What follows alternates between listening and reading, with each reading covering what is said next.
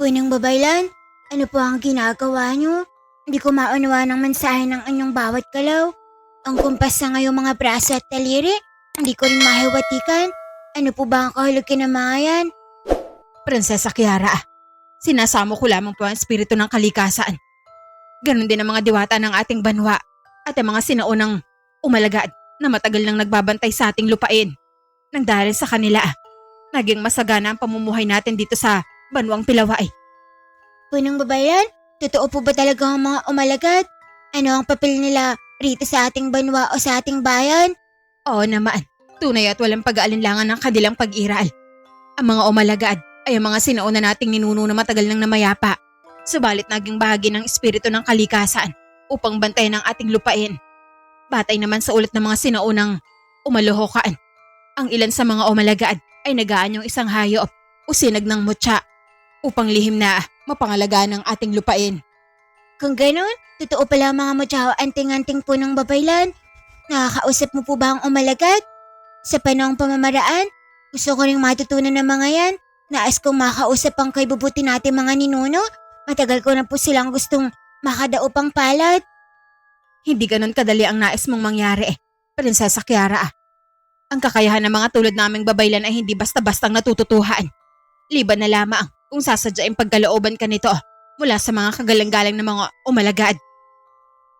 Maya-maya lamang ay biglang nanginig ang buong katawan ng punong babaylan. Lumiwanag ng purong puti ang kanyang mga mata at napatingala siya sa alapaap. Ang malaking puno ng balete at ang mga puno ng bayabas sa kanilang harapan ay isinayaw ng hangin. Dahilan upang mapaatras si Kiara sa kanyang kinatatayuan. Punang babaylan, natatain na po ba kayo? Bakit kayo po nagkakaganyan? Ano po ang nangyayari sa inyo? Bakit bigla kayong nanginig? Bakit po naging puti ang inyong mga mata? Naku, baka epekto na yun ng nilalanggas mong bayabas. Ang hilig mo po kasi sa bayabas eh. Ang panganib, paparating na. Panganib po? Anong panganib ang anyong tinutukoy? Nararamdaman ko ang masamang hangin. Sinasabi ko na nga ba eh.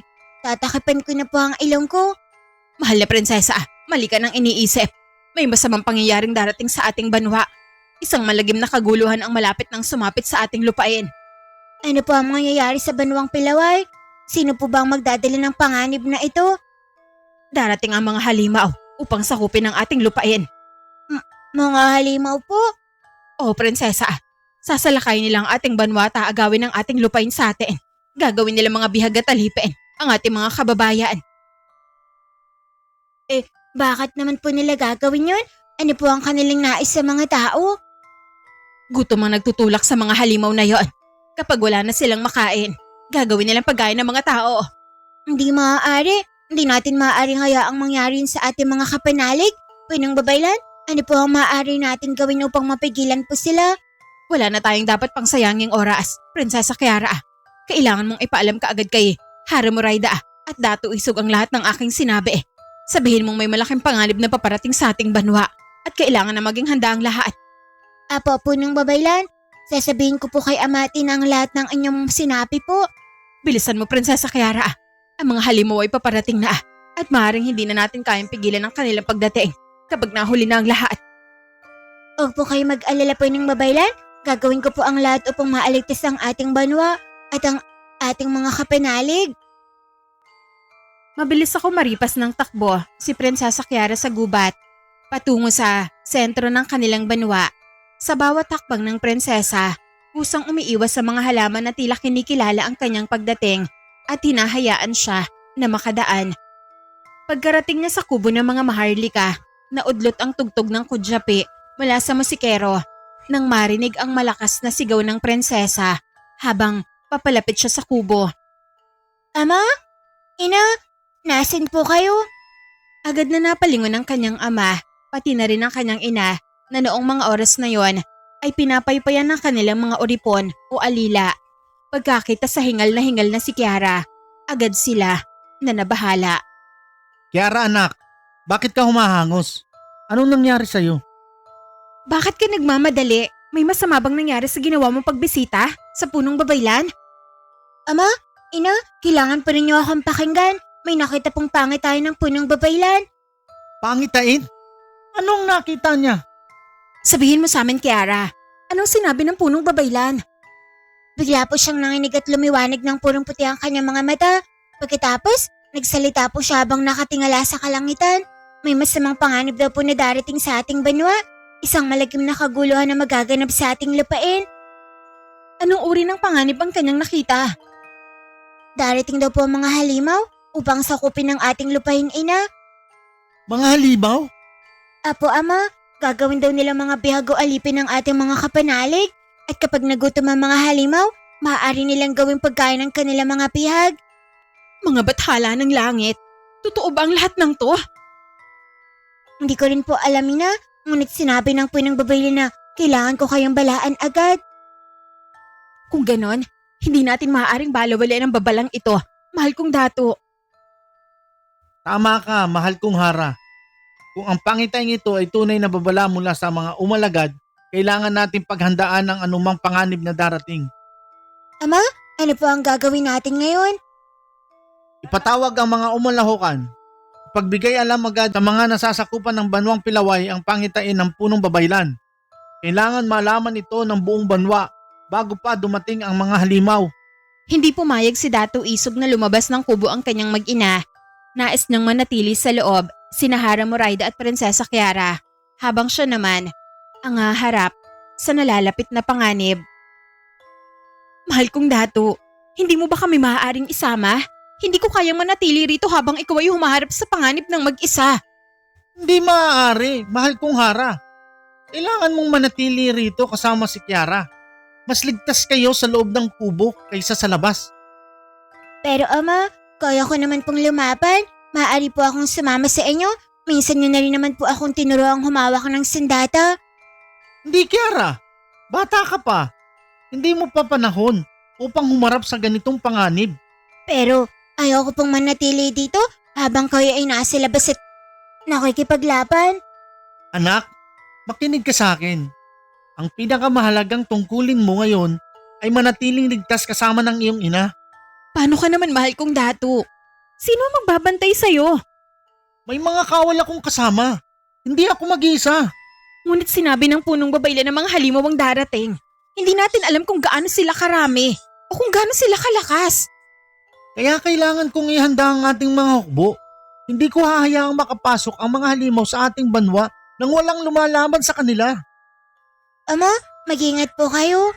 Huwag kang matakot, anak. Gagawin ko ang lahat upang maprotektahan kayo ng iyong ina.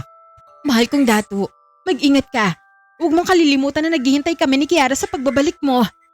Pangako ko sa inyo, babalik ako. Agad na lumabas si Dato Isog upang ihanda ang kanyang mga hukbo.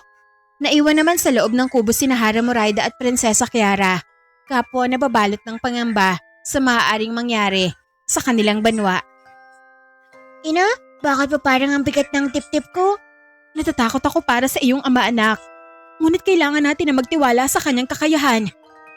Paano po kung hindi niya kayanin ng mga halimaw? Huwag mong isipin yan, Kiara. Pero, paano po kung marami sila? Kaya nga kailangan nating manatili dito at sundin ang utos ng iyong ama. Ayoko pong may mangyaring masama sa kanya. Ako rin naman, anak. Kaya manalangin tayo na sana ay maging ligtas siya. Naway gabayan siya ng mga bathala at ng ating mga umalagad. Samantala, sa labas ng kubo, nagtipon ng mga hukbo ng banwang Pilaway. Naghanda ang mga kawal ng kanilang mga sandata habang nakabantay sa paligid ng banwa. Sa loob naman ng kubo nagkukuble sina Hara Moraida at Prinsesa Kiara. Tahimik sila naghihintay habang patuloy na bumibigat ang kanilang pangamba sa maaaring mangyari sa kanilang mahal na dato. Mga kapanalig, ihanda ninyo ang inyong mga sarili. Maging mapagmatsyag kayo sa inyong paligid. Lalo pat dumudulog na ang takip silim. Batay sa propesiya ng punong babaylan, hindi basta-bastang mga nilalang ang aatake sa atin. Maya-maya lamang ay biglang nagsulputan mula sa masukal na bahagi ng kagubatan ang napakaraming malalaki at mababagsik na baboy ramo. Nakalilitong pagmasdan ang kanilang anyo dahil higit na malalaki ang mga ito kaysa sa karaniwang baboy ramo na nakikita sa kagubatan. Mga baboy ramo lamang naman pala ang mga ito. Akala ko ba ay mga halimaw ang darating upang sumalaki sa ating banwa? Napangiti ng bahagya ang dato habang mahigpit na hawak ang kanyang sandata. Hindi niya inakalang ang mga hayop na nasa kanyang harapan ng maaaring tinutukoy ng punong babaylan sa kanyang pangitain. Biglang humakbang pasulong ang napakalalaking baboy ramo na nasa unahan ng pulutong. Mabilis nitong ibinaba ang ulo at ipinakita ang mahahaba at matutulis nitong mga pangil. Huwag kang matakot. Hindi natin hahayaang matalo tayo ng mga hayop na ito. Mga hamak na pangulam lang natin ang mga baboy na ito. Mabilis na sumugod ang mga baboy ramo patungo sa hukbo ni Dato Isog. Sinalubong sila ng mga mandirigma ng Banwang Pilaway at agad na sumiklab ang madugong labanan. Mga kapanalig, huwag kayong magpapahuli sa kanilang mga pangil. Ipakita ninyo ang tapang ng mga mandirigma ng Banwang Pilaway. Patuloy ang labanan habang unti-unting lumalalim ang gabi. Ngunit nang tuluyan ng lamunin ng dilim ang paligid, biglang nangyari ang isang bagay na hindi kailanman inakala ni Dato Isog.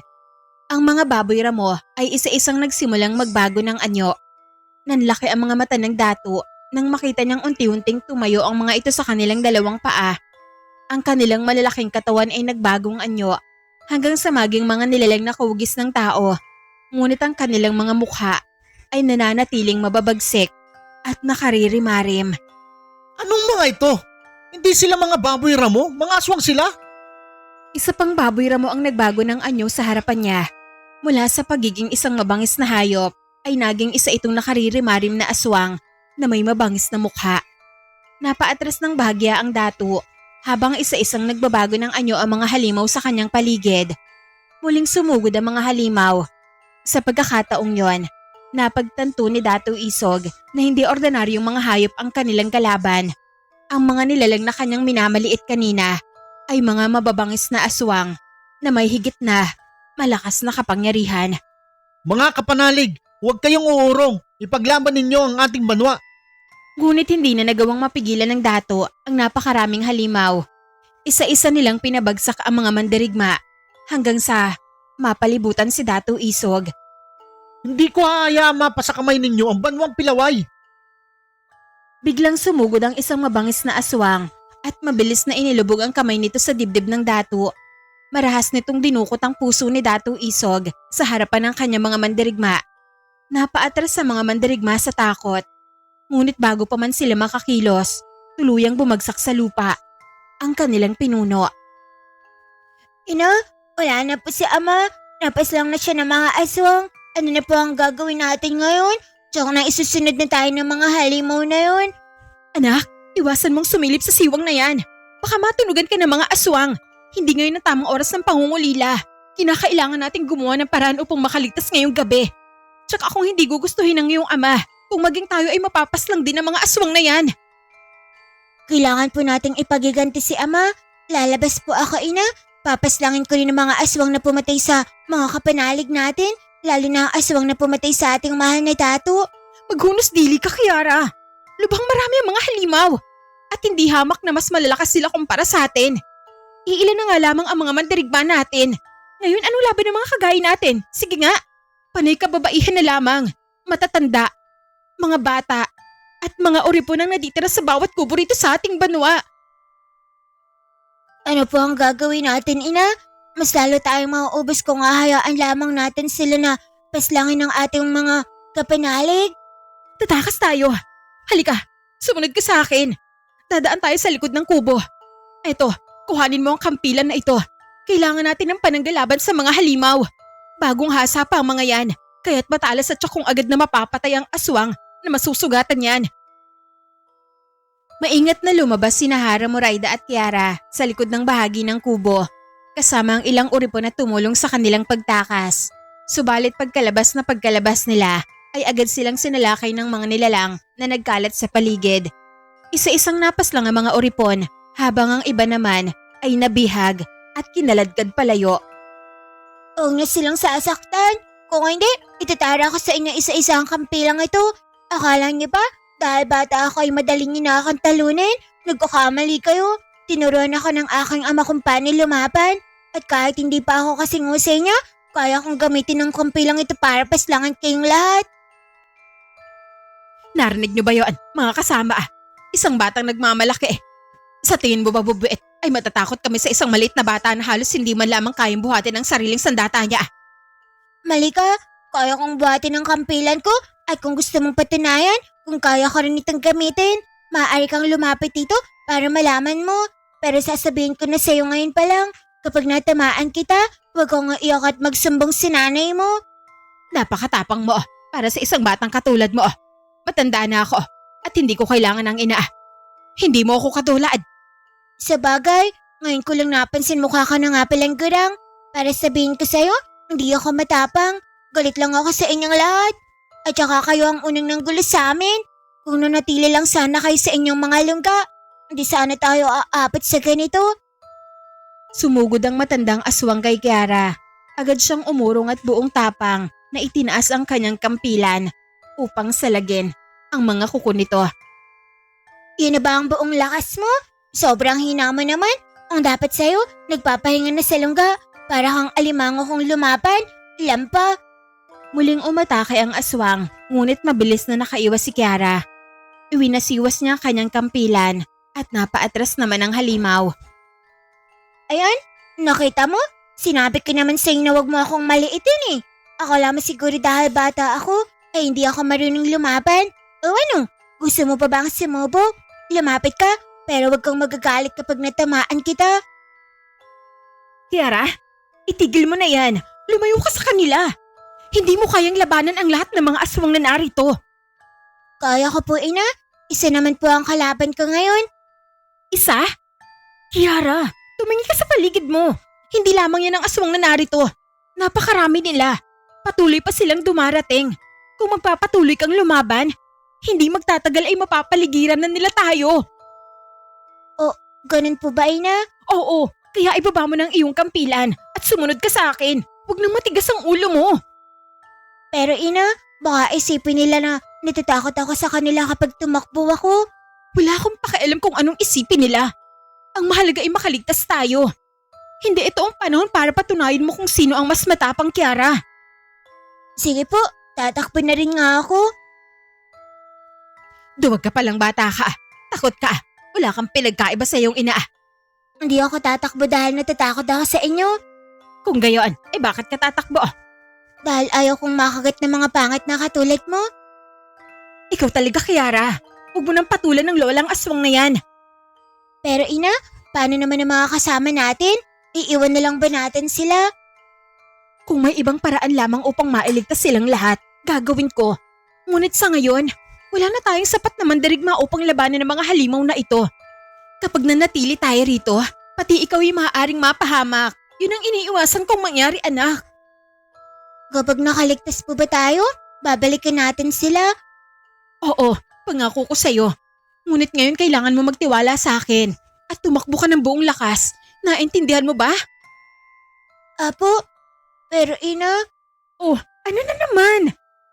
kapag sinabi po bang tumakbo ng buong lakas, ibig sabihin po ba nun ay hindi na ako pwedeng huminto para magpahinga? Kiara, hinahabol tayo ng mga aswang. Hindi ngayon ang tamang oras para makipagbiruan.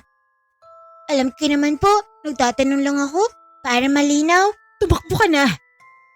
Magkasabay silang tumakbo patungo sa masukal na kagubatan. Iniwan nila ang kanilang mga kasama at ang banwang pilaway na unti-unti nang nilalamon ng mga mababangis na nilalang. Bilisan mo, anak. Baka maabutan na nila tayo. Mabilis naman po ako, sadyang napakabilis mo lang tumakbo. Reyna po ba kayo o kabayo? Kiara, huwag mo akong pag-isipan ng kung ano-ano habang tumatakbo tayo, ha? Ngunit hindi pa man sila nakakalayo ay nakarinig sila ng sunod-sunod na kaluskos mula sa kanilang likuran. Napalingon si Kiara at nasilayan ang mga anino ng mga aswang na mabilis na sumusunod sa kanila.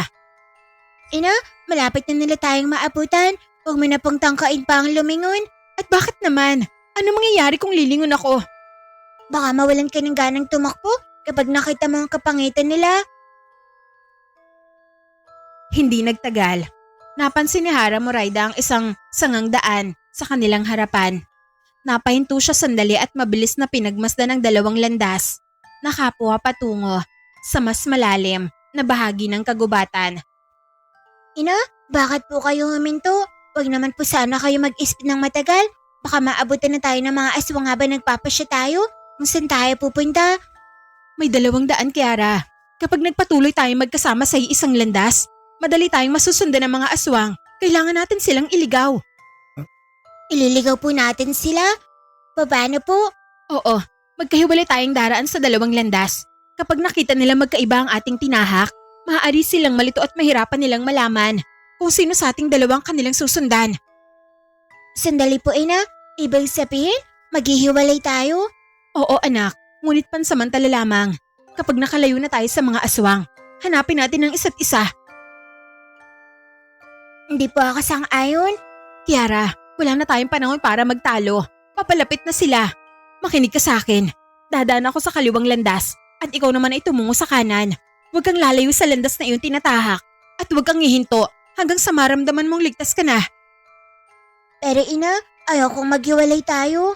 Kiara naman, kailangan natin gawin ito ngayon din. Sige po, pero ipangako niyo sa akin. Hanapin niyo ako kapag nakalayo na kayo sa mga aswang. Pangako ko sa iyo anak, magkikita tayong muli. Muling umalingaw ang mga yabag na mga aswang mula sa kanilang likuran. Wala nang panahon ang mag-ina upang magpatuloy sa kanilang pag-uusap. Ngayon na, tumakbo ka na! Agad na naghiwalay ang mag-ina sa sangang daan. Tumungo si Hara Muraida sa kaliwang landas. Habang mabilis namang tumatakbo si Kiara sa kabilang direksyon, ilang sandali lamang ay nagsulputan mula sa pagitan ng mga puno ang mga aswang. Nakita nila ang lakas ng 2 tao na magkaibang direksyon ang tinahak. Naghiwalay sila. Hatiin natin ang ating pangkat. Huwag nating hayaang makatakas ang sino man sa kanila. Mabilis na hinabol ng mga aswang ang bakas ni Hara Muraida habang ang ilan ay sumunod sa landas na tinahak ni Kiara. Patuloy na tumakbo ang prinsesa ng buong lakas. Hindi niya alam kung gaano na siya kalayo mula sa kanyang ina. Ang tanging alam niya ay kailangan niyang magpatuloy upang mailayo ang mga aswang kay Hara Muraida. Sana lang talaga nagawa naming linlangin ni ina ang mga halimaw na yun. Huminto muli si Kiara upang huminga. Ngunit nang marinig niyang muli ang mga kaluskos mula sa kanyang likuran, agad siyang napalingon. Naku, hindi pa rin sila sumusuko. Mukhang nasundan nila ako. Muli siyang kumaripas ng takbo. Sa pagkakataong yon, hindi na niya napansin na palalim na ang kanyang pagtahak sa bahagi ng kagubatan. Ang mga puno ay naging masiksikan, ang mga halaman ay mas makakapal, at unti-unti na ring nawawala ang anumang bakas ng daan na kanyang pinagmulan. Nasaan na ako? Naliligaw na yata ako. Paano ko mahanap si ina ngayon? Napahinto siya at tumingin sa kanyang paligid. Tinawak niya ng magkailang ulit si Hara Muraida, subalit hindi ito sumasagot. Bagkus ay tahimik lamang ang buong paligid. Tanging ihip lamang ng hangin ang kanyang naririnig sa pagitan ng mga dahon. Hindi na po ito nakakatawa ina. Kung nagtatago po kayo, lumabas na kayo. Hindi ko po alam kung saan ako pupunta ngayon. Muli siyang naglakad habang mahigpit na hawak ang kanyang kampilan. Sa kabila ng kanyang pagtatangkang magpakatapang, unti-unting sumiksik sa kanyang dibdib ang takot. Nagmapagtanto niya na wala na siyang naririnig na yabag ng kanyang ina. Baka nauna lang siya sa akin. Siguro ay nasa unahan lang si ina. Kailangan ko magpatuloy. Makikita ko rin siya. Nagpatuloy sa paglalakad si Kiara, ngunit habang tumatagal, lalo niyang nararamdaman na tila wala nang ibang nilalang sa bahaging yun ng kagubatan. Wala na ang mga aswang. Wala na ring mga mandirigma mula sa kanilang banwa. Wala ring mga tao na maaari niyang hinga ng tulong. Ang tahimik naman dito. Sana naman ay wala nang sumusunod sa akin. Pero mukha namang wala na ang mga aswang. Maingat siya nagpatuloy sa paglalakad. Ngunit dahil sa kanyang pagmamadali at patuloy na paglingon sa likuran, hindi niya napansin ang isang malaking tuod na nakaharang sa kanyang daraanan.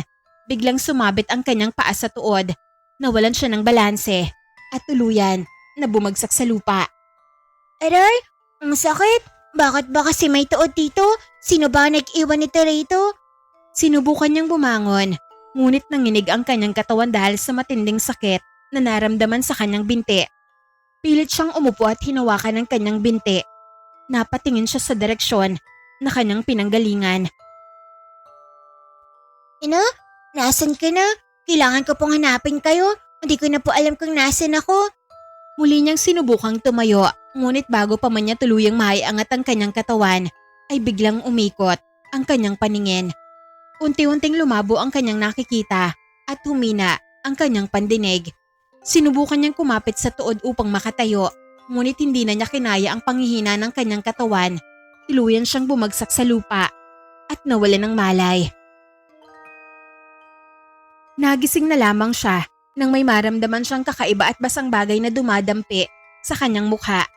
Dahan-dahang iminulat ng prinsesa ang kanyang mga mata at laking gulat niya sa kanyang nasaksihan. Isang puting usa ang walang tigil na dumidila sa mukha niya. Kaya naman ay may pagmamadali siyang tumayo.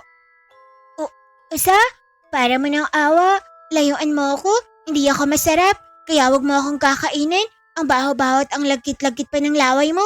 Kung hindi ka makikinig sa akin, mapipilitan akong saktan ka gamit itong kampilan ko, naiintindihan mo ba?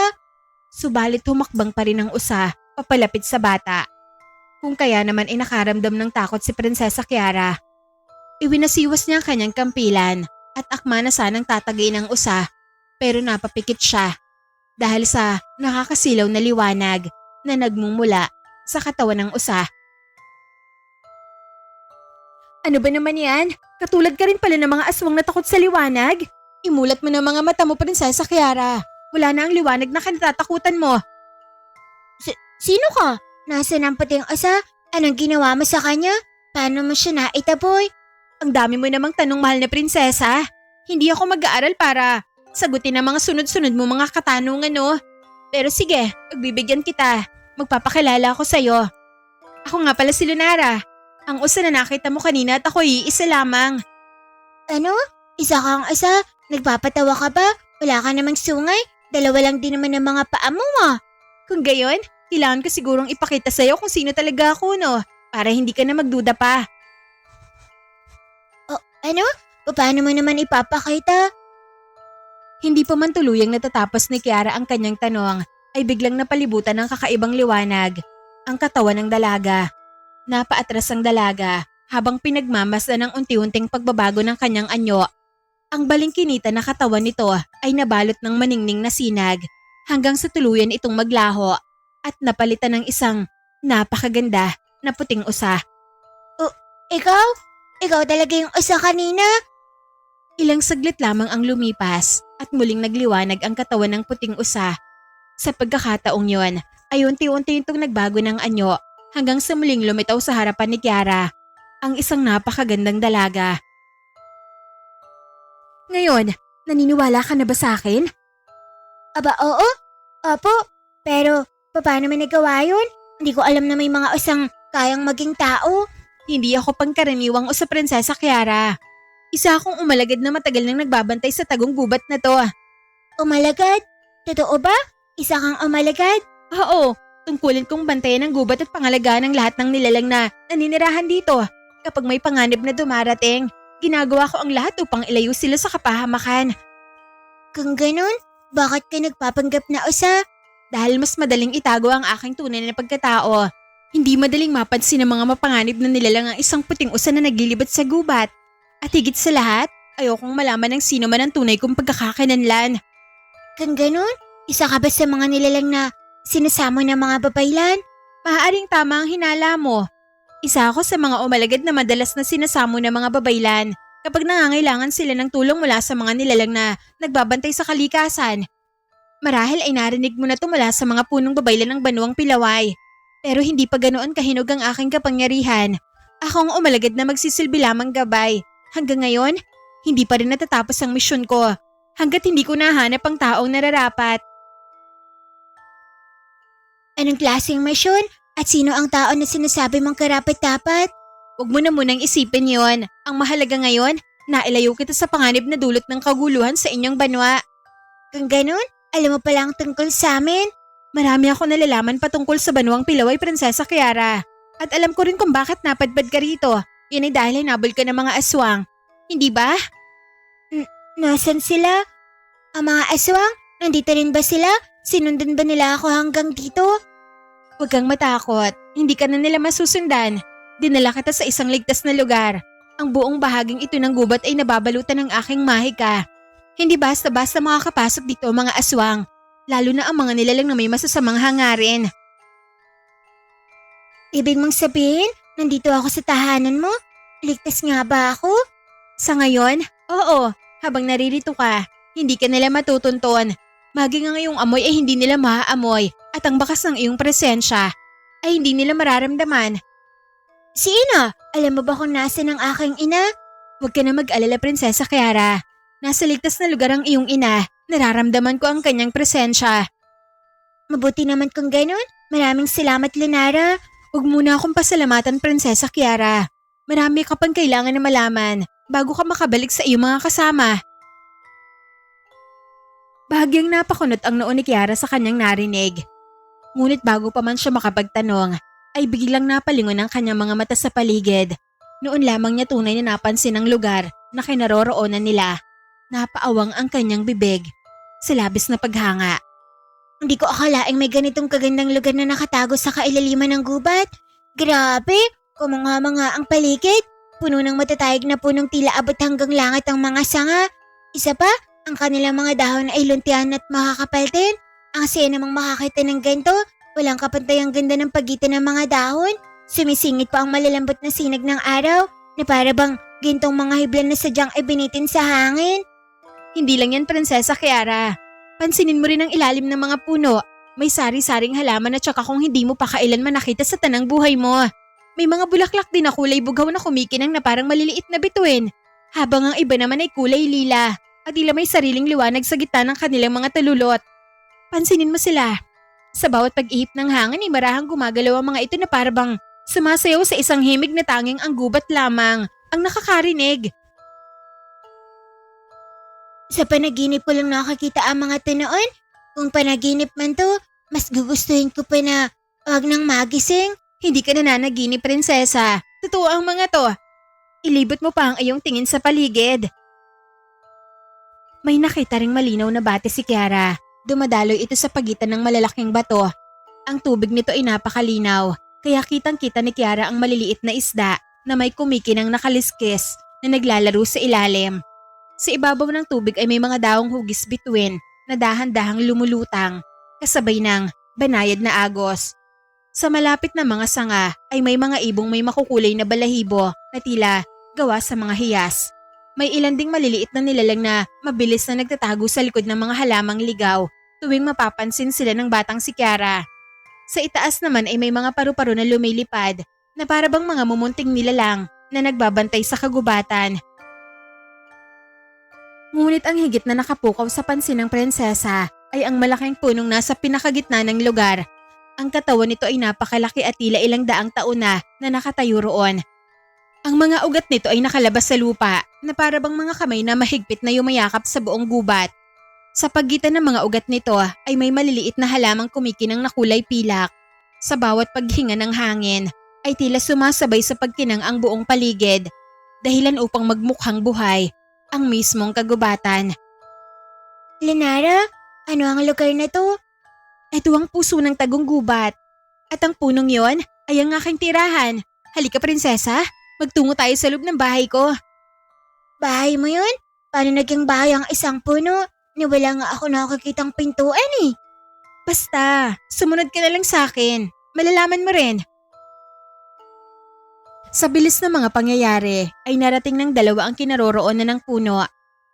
Lenara, ano nga ba talaga ang pinagsasasabi mo?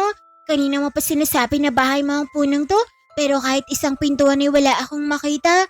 Paano tayo papasok kung puro ugat at balat ng puno lamang ang nasa harapan natin? Sinabi ko na naman sa iyo na ito ang aking tahanan, Prinsesa Kiara.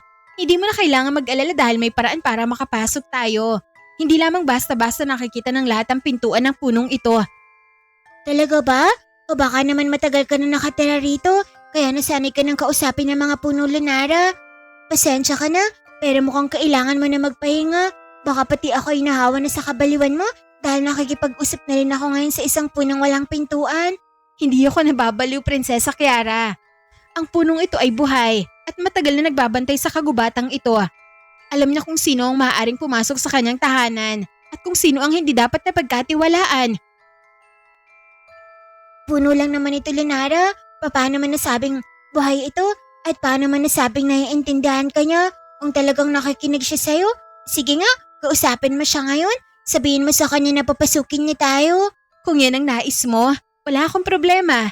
Ngunit huwag kang masyadong magugulat sa maaring mangyari pagkatapos kong magsalita. Sige ba? Basta tiyakin mo lang na totoo ang mga sinasabi mo. Punong tahanan, narito ako kasama ang isang pana o hinais kong dalhin sa iyong kaloob-loobang tahanan. Maaari mo na kami papasukin. Ayan ka na naman, kinakausap mo na naman ang puno. Ngayon, ano ang inaasahan mong mangyayari? Baka bigla ka niyang sagutin at sabihan sa ina, maligayang pagdating Lenara.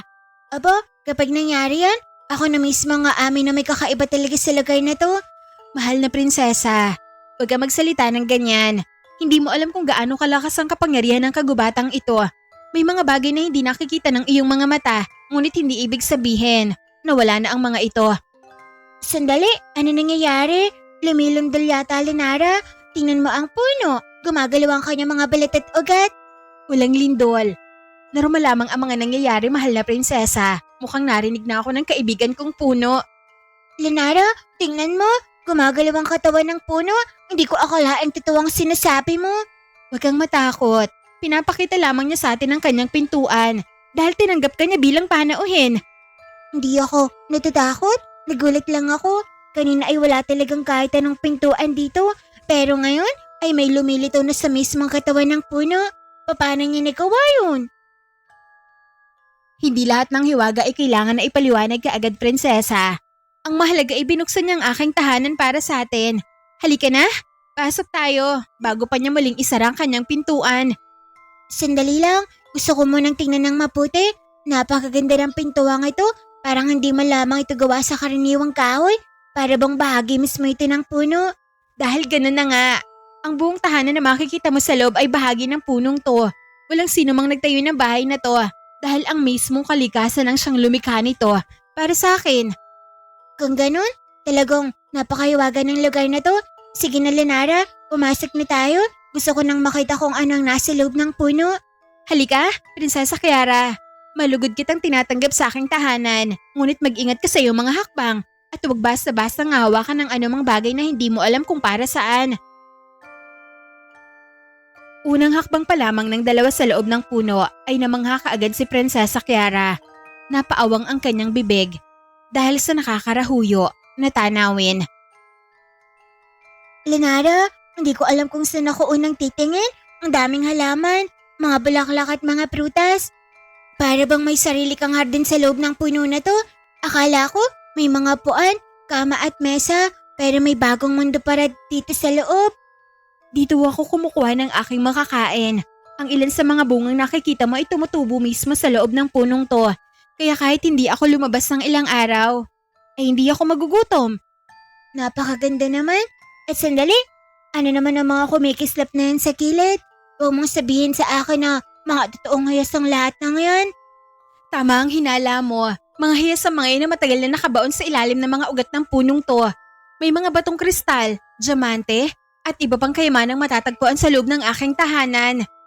Diamante, Lenara, alam mo ba kung gaano kamahal ang mga yan sa mundo ng mga tao? Maraming tao ang maaaring magbigay ng napakaraming kayamanan para lamang magkaroon ng kahit isang maliit na diamante. Talaga? Hindi ko yun alam Para sa akin, mga batong kumikislap lamang ang mga yan. Mas mahalaga sa akin ang mga prutas at halaman dahil yan ang nagbibigay sa akin ng pagkain at buhay. Kung ganun, hindi mo pala talaga pinahahalagahan ng mga kayamanang to. Kung ako ay may ganitong mga hayas sa aking silid, tsak na hindi ko hahayaang nakakalat lamang ang mga ito kung saan-saan. Kung gusto mo, maaari kang kumuha ng ilan. Napakarami ng mga to at hindi naman mauubos sa mga hiyas na nakatago sa ilalim ng punong to. Talaga? Maaari ba talaga akong kumuha? Pero wag na lang siguro. Mas mabuti pang wag na lang. Hindi naman ako pumunta dito para magnakaw ng mga kayamanan mo. Gusto ko lamang malaman kung ano ang lihim ng lugar na to. Yan ang dahilan kung bakit nais kitang papasukin dito, Prinsesa Kiara. Maraming tao ang unang mapapansin ng mga hiyas at kayamanan. Ngunit ikaw ay mas interesado sa mga hiwagang nakatago sa likod ng mga to. Hindi ka sakim, hindi ka kagaya ng iba. Lenara, lalo mo lang akong pinagtataka. Kanina ko pa napapansin na parang may alam ka tungkol sa akin na hindi ko naman alam tungkol sa sarili ko. At bakit parang pakaramdam ko ay hindi basta-basta ang dahilan kung bakit mo ako dinala dito? Base sa mga sinabi mo, may iba ka na bang dinala dito? Tama ang iyong pakaramdam, Prinsesa Kiara. Ang punong ito ay hindi lamang isang karaniwang tahanan para sa akin. At hindi rin basta pagkakataon lamang ang pagdating mo rito. Marami na akong dinala dito. Subalit mga ganid sila sa kayamanan. Kaya naman niligaw ko na lang sila at inalis ang kanilang mga alaala. Kung ganun, sabihin mo na sa akin ng totoo, ano ba talagang mayroon sa punong to? At bakit parang napakahalaga ng pagdating ko rito? Hindi ko pa maaaring sabihin ang lahat. Ngunit darating ang panahon na mauunawaan mo rin ito, Prinsesa. Aba Lenara, parang lalo mo lang akong pinag-iisip ah. Kung hindi mo rin naman sasabihin sa akin ng sagot, baka buong araw na lang ako magtanong sa'yo hanggang sa mapilitan kang magsalita. Kung ganon, mukhang mahaba ang magiging araw natin dito. Ngunit bago ko sabihin ang lahat ng nais mong malaman, may isang bagay muna akong kailangan na ipakita sa'yo. Ano naman yun? O mong sabihin na may isa ka na namang lihim na pintuan sa loob ng punong to? Mas sigit pa rin, Prinsesa. May isang bagay dito na matagal na naghihintay sa pagdating mo. Matagal na naghihintay sa pagdating ko, Lenara. Lalo mo naman akong pinagtataka. Paano makapaghihintay ang isang bagay sa isang tao na hindi naman ito kilala? Hindi lahat ng bagay ay nangangailangan ng mga mata upang makakilala, Kiara. May mga hiwagang nakikita ng...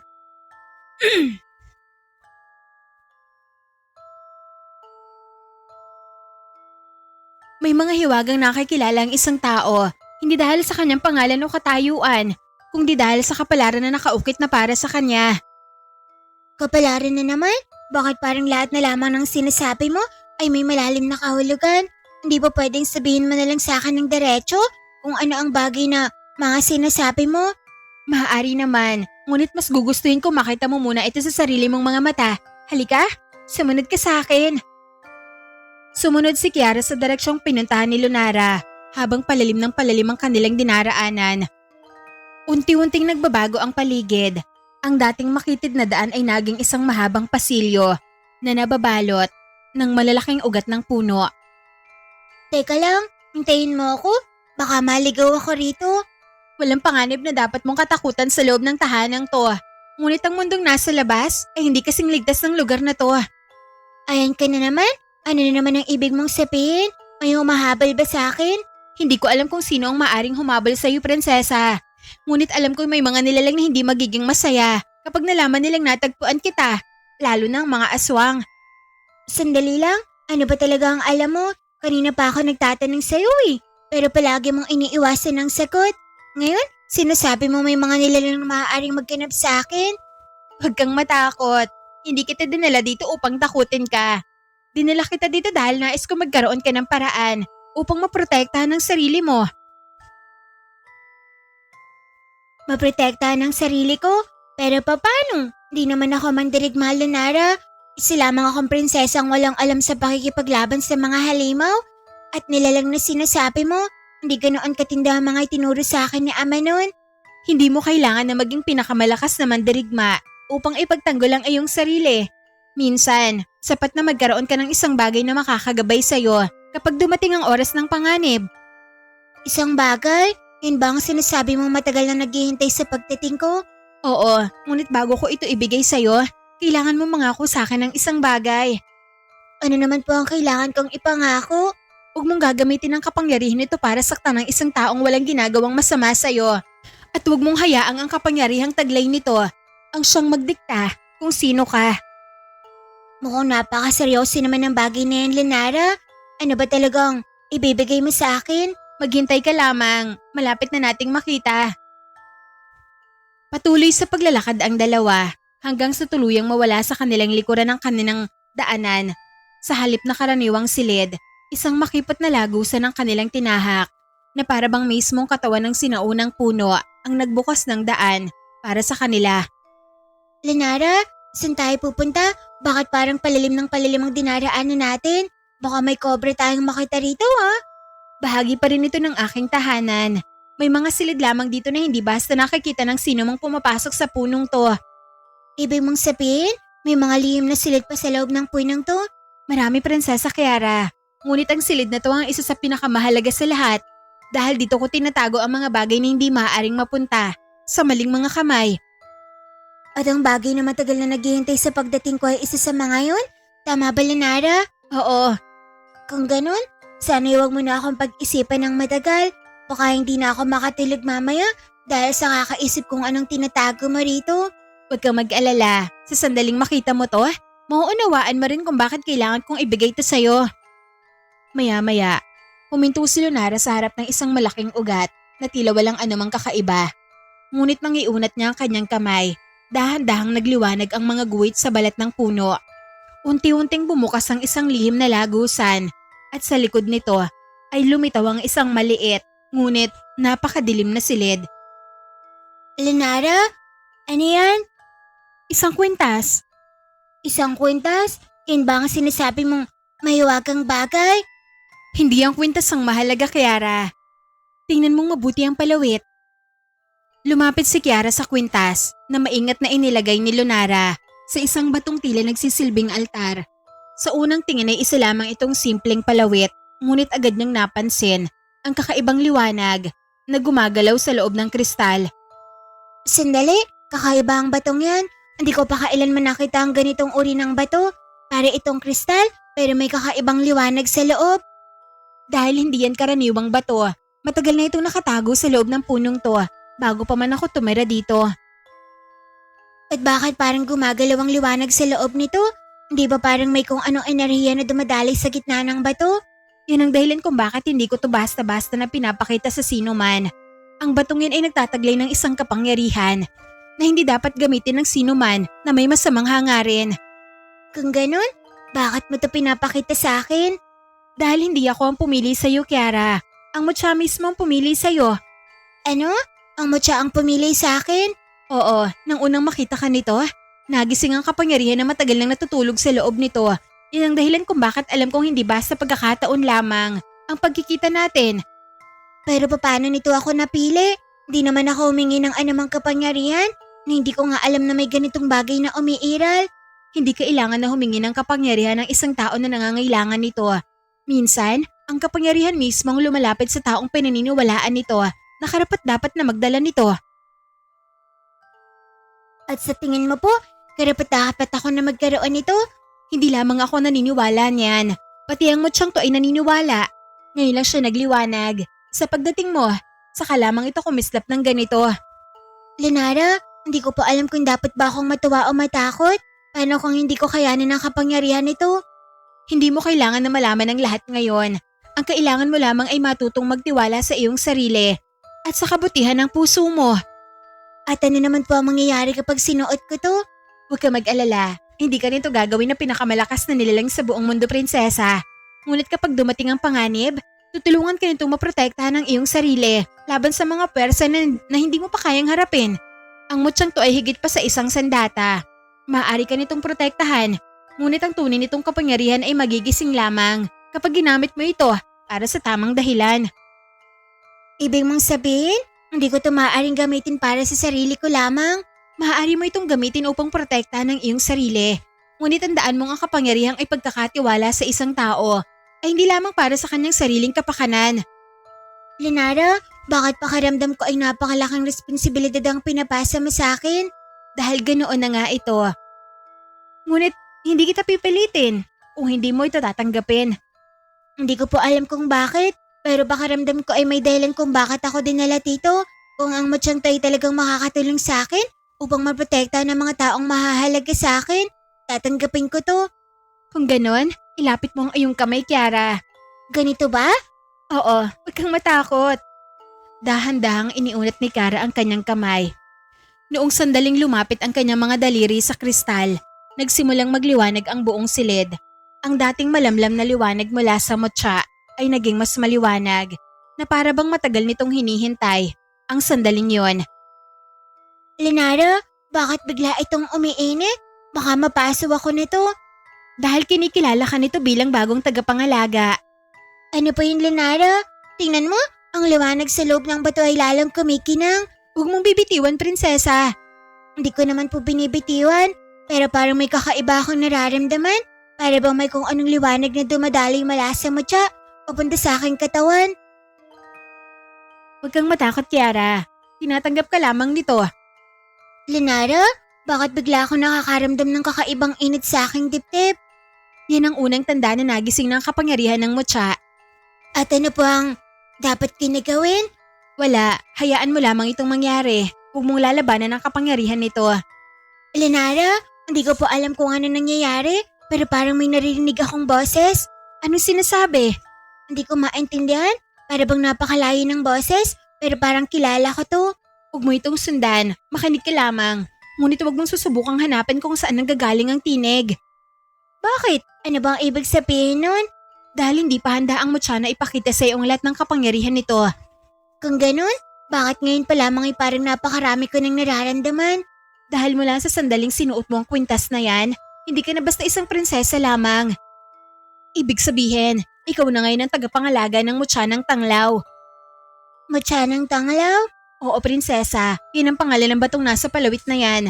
Matagal na ito naghihintay sa isang tao na kayang gamitin ang liwanag nito upang harapin ang kadiliman. Pero bakit ako? Marami namang mas malalakas at mas marunong kaysa sa akin. Bakit isang prinsesang kagaya ko ang pinili nito? Dahil hindi lakas ang hinahanap nito, Kiara. Ang hinahanap nito ay isang puso na hindi madaling lamunin ng kadiliman. Lenara, hindi ko alam kung magiging karapat-dapat ako sa mutyang to. Hindi mo kailangan na maging karapat-dapat ka agad. Darating ang panahon na susubukin ka ng kapangyarihang taglay nito. Sa mga pagsubok na yun mo malalaman kung tunay mo nga bang karapat-dapat itong hawakan. At kung mabigo po ako? Kung sakaling mabigo ka man, hindi ibig sabihin na tapos na ang lahat. Ngunit tandaan mo ang isang bagay, Kiara. Ang mutya ay maaaring maprotektahan ng iyong katawan. Ngunit ikaw lamang ang makakapagpasya kung ano ay paglalaban ng iyong puso. Kung ganun, iingatan ko to. Hindi ko hayaang mapunta ito sa maling mga kamay. Yan ang nais kong marinig mula sa'yo. Lenara, bakit parang may naririnig na naman po akong tinig? Kanina pa may kung anong bumubulong sa akin mula nang tanggapin ko ang mutyang to. Pero ngayon ay parang mas malapit na. Para bang may isang taong patuloy na tumatawag sa pangalan ko. Anong sinasabi ng tinig, mahal na prinsesa? Hindi ko po alam. Hindi ko pa malinaw na naririnig ang sinasabi niya. Pero kakaiba ang pakiramdam ko. Parang kilala ko ang tinig na to. At parang matagal ko na itong hinihintay na marinig muli. Kiara, makinig ka sa akin. Huwag mong susubukang sundan ang tinig. Hindi pa handa ang mutya na ipakita sa iyo ang lahat ng kapangyarihan nito. Kaya huwag kang magpapadala sa anumang bagay na maririnig o makikita mo. Pero paano ko hindi papansin ng Lenara? Mas lumalakas ang tinig? Sandali. Teka, hindi maaari. Kilala ko ang tinig na to. Biglang napahawak si Kiara sa kanyang magkabilang tenga. Lalong lumakas ang tinig sa kanyang isipan. Hanggang sa tuluyan na niya na makilala kung kanino nagmumula yon. Kiara anak, buksan mo ang iyong mga mata. Naririnig mo ba ako? Ina, nasan ka? Sa halip na sumagot si Lunara, tila biglang naglaho ang lahat ng tunog sa paligid. Napapikit si Kiara habang patuloy na umaalingaw sa kanyang isipan ang tinig ng kanyang ina. Kiara anak, gumising ka. Mabilis na dumilat si Kiara, ngunit wala na si Lunara. Wala na rin ang mahiwagang silid, ang mga kumikislap na kristal at ang mga ugat ng sinaunang puno na naging tahanan ng dalagang umalagad. Sa kanyang harapan ay isang karaniwang bahagi lamang ng kagubatan at sa tabi niya ay nakatayo ang kanyang inang si Hara Moraida kasama ang punong babaylan ng kanilang banwa.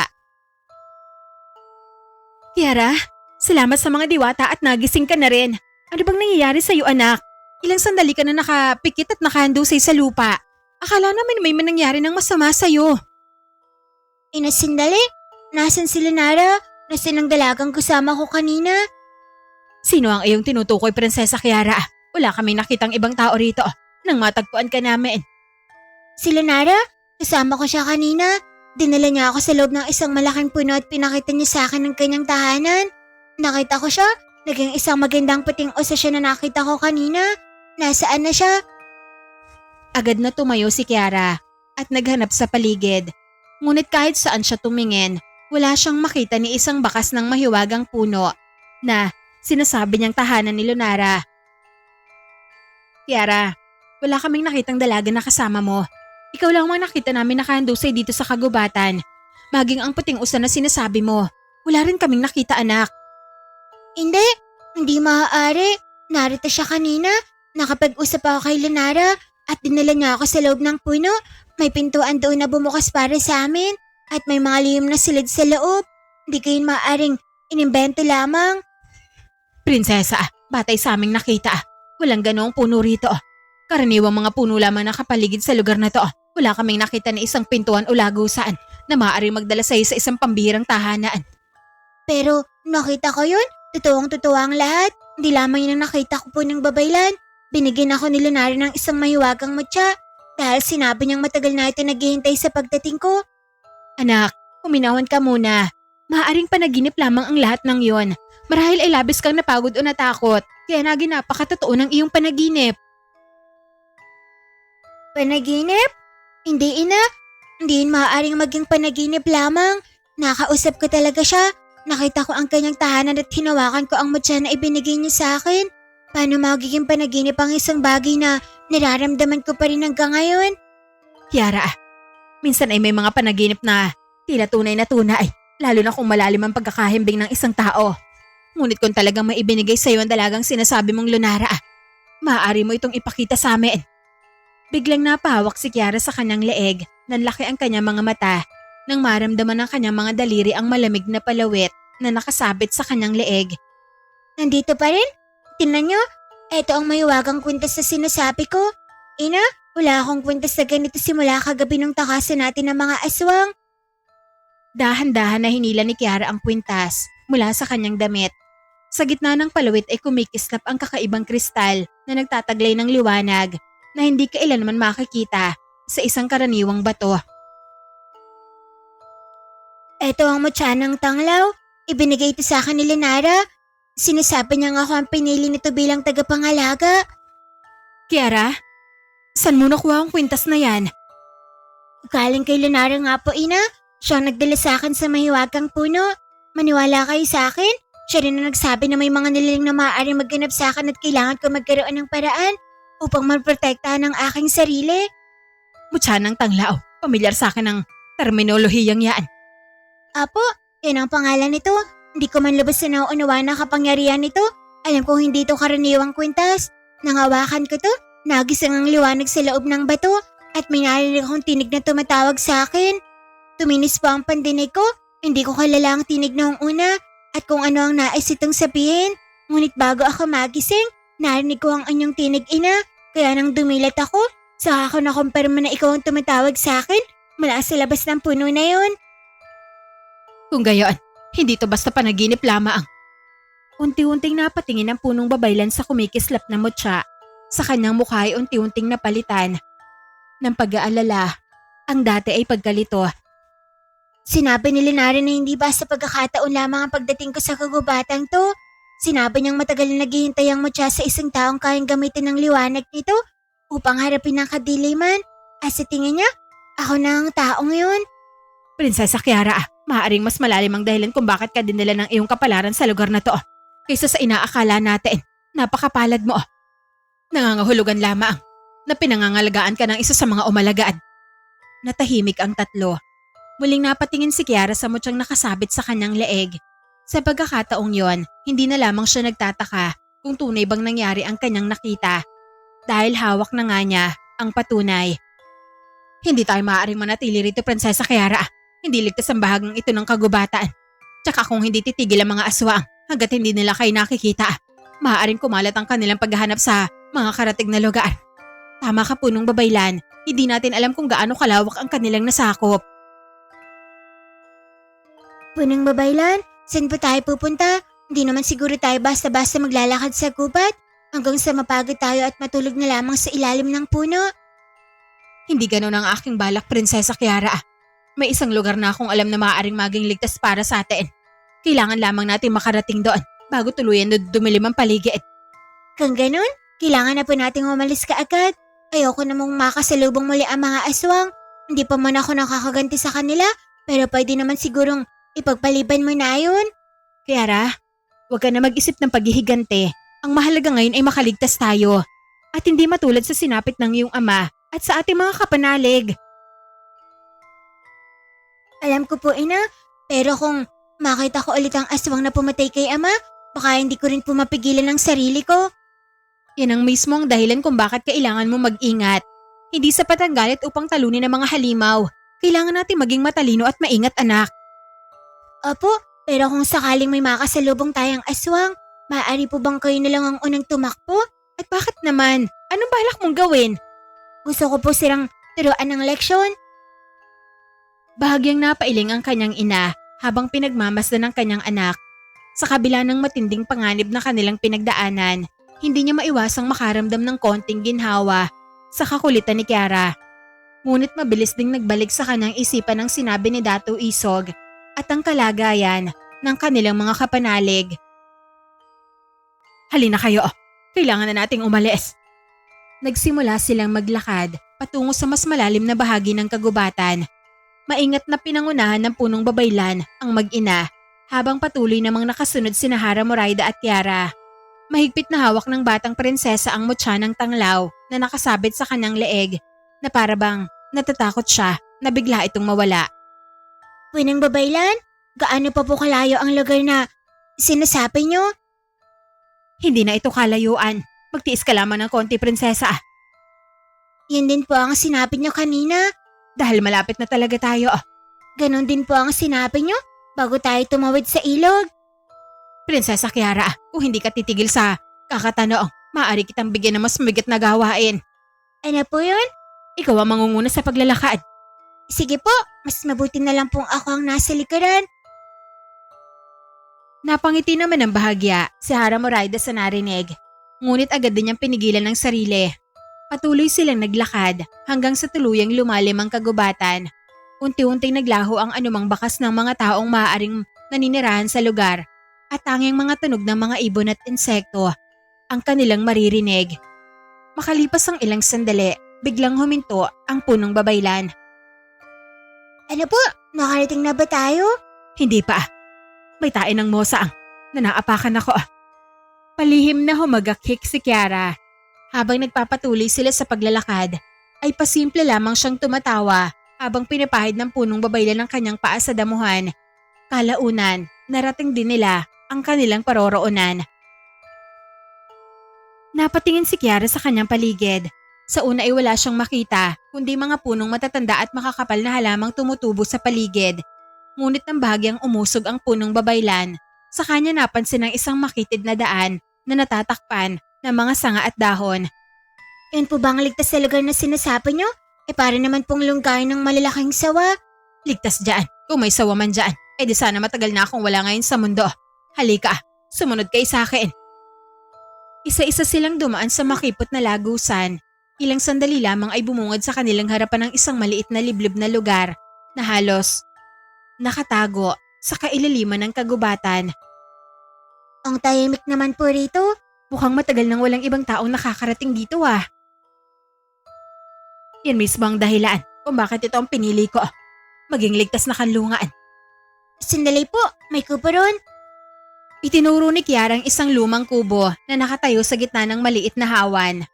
Ang bubong nito ay yari sa tuyong nipa, samantalang ang mga dingding ay gawa sa kahoy at kawayan. Bagaman luma na ang itsura nito, maayos pa rin ang pagkakagawa at tila regular na ginagamit. Punang babaylan, kanino po ang kubo na yan? Sa akin. Sa inyo po?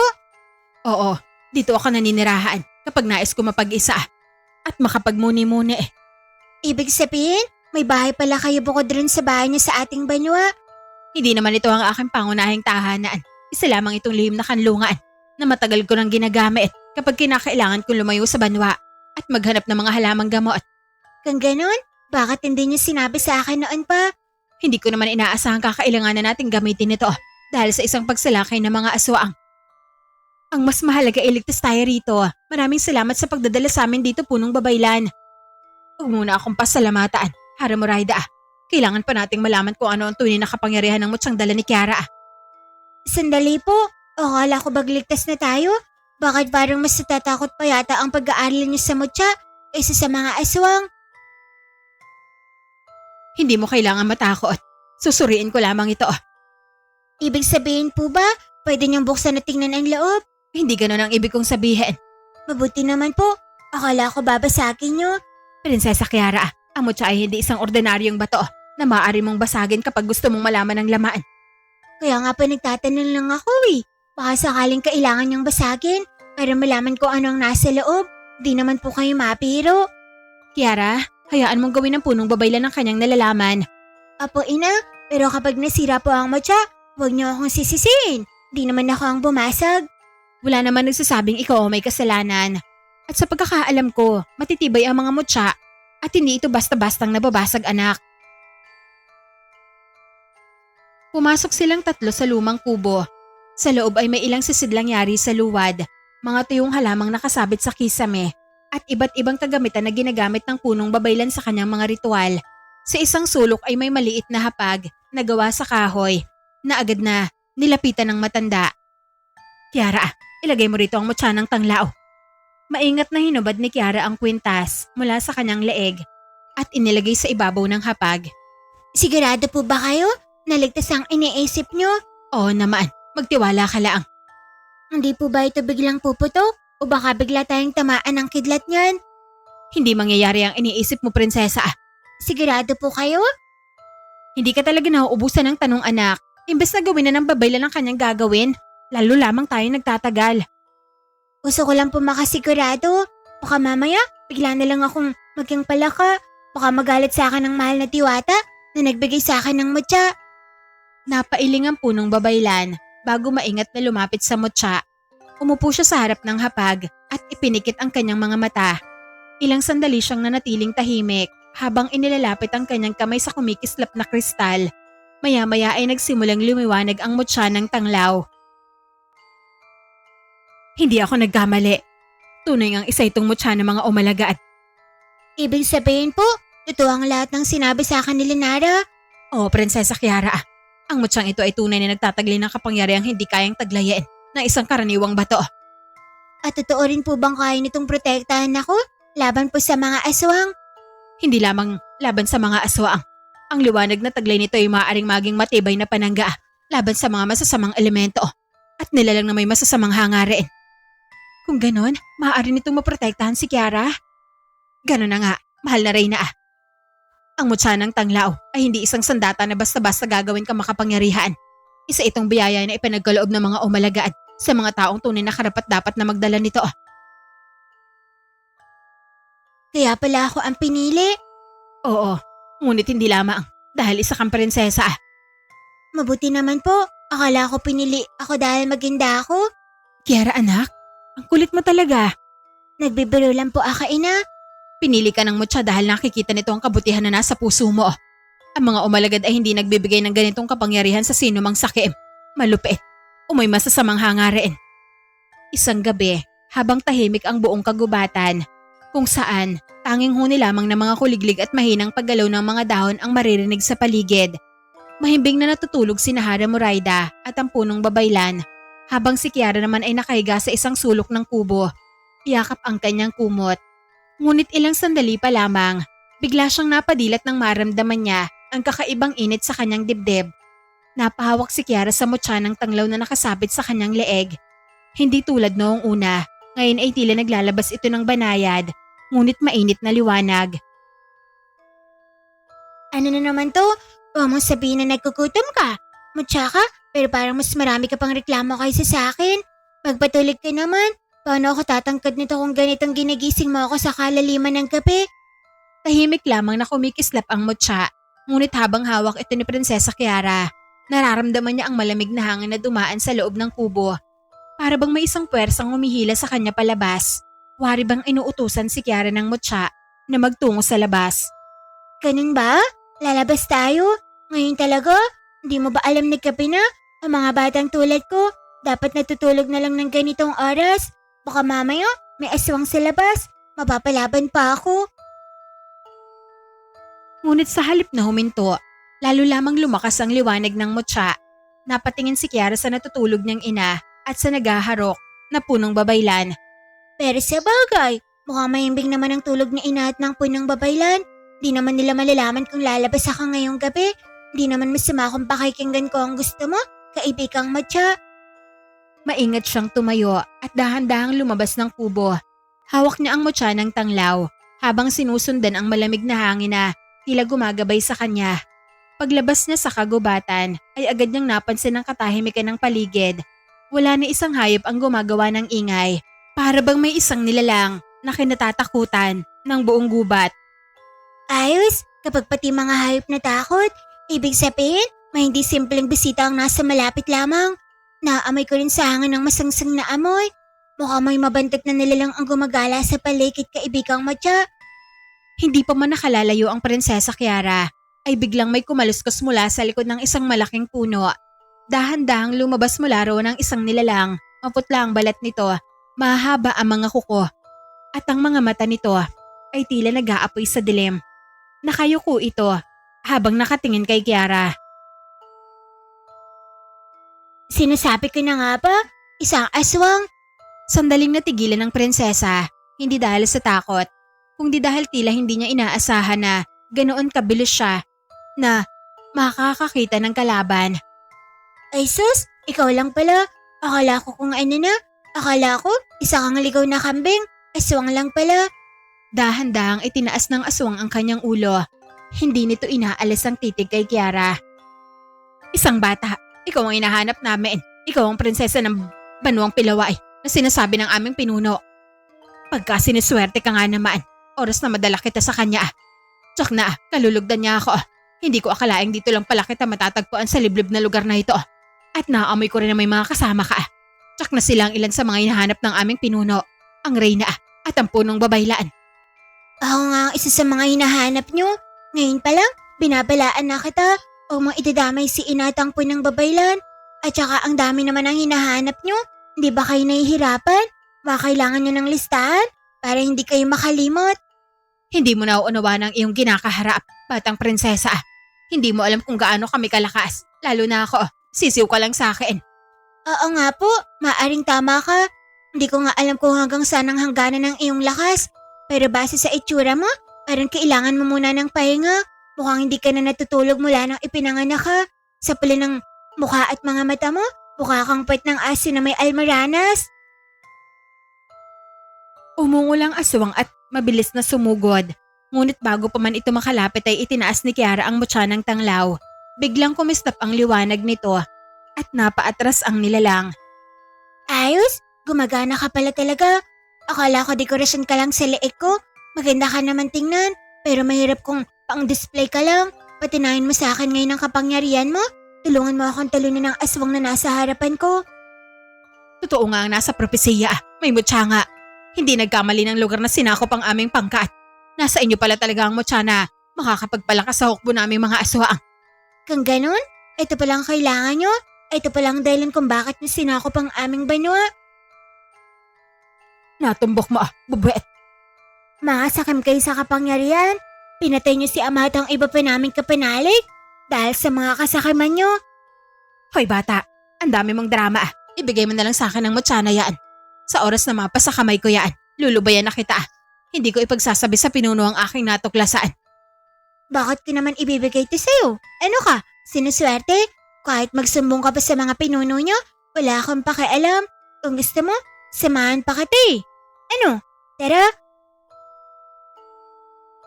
Matigas ang ulo mong bata ka.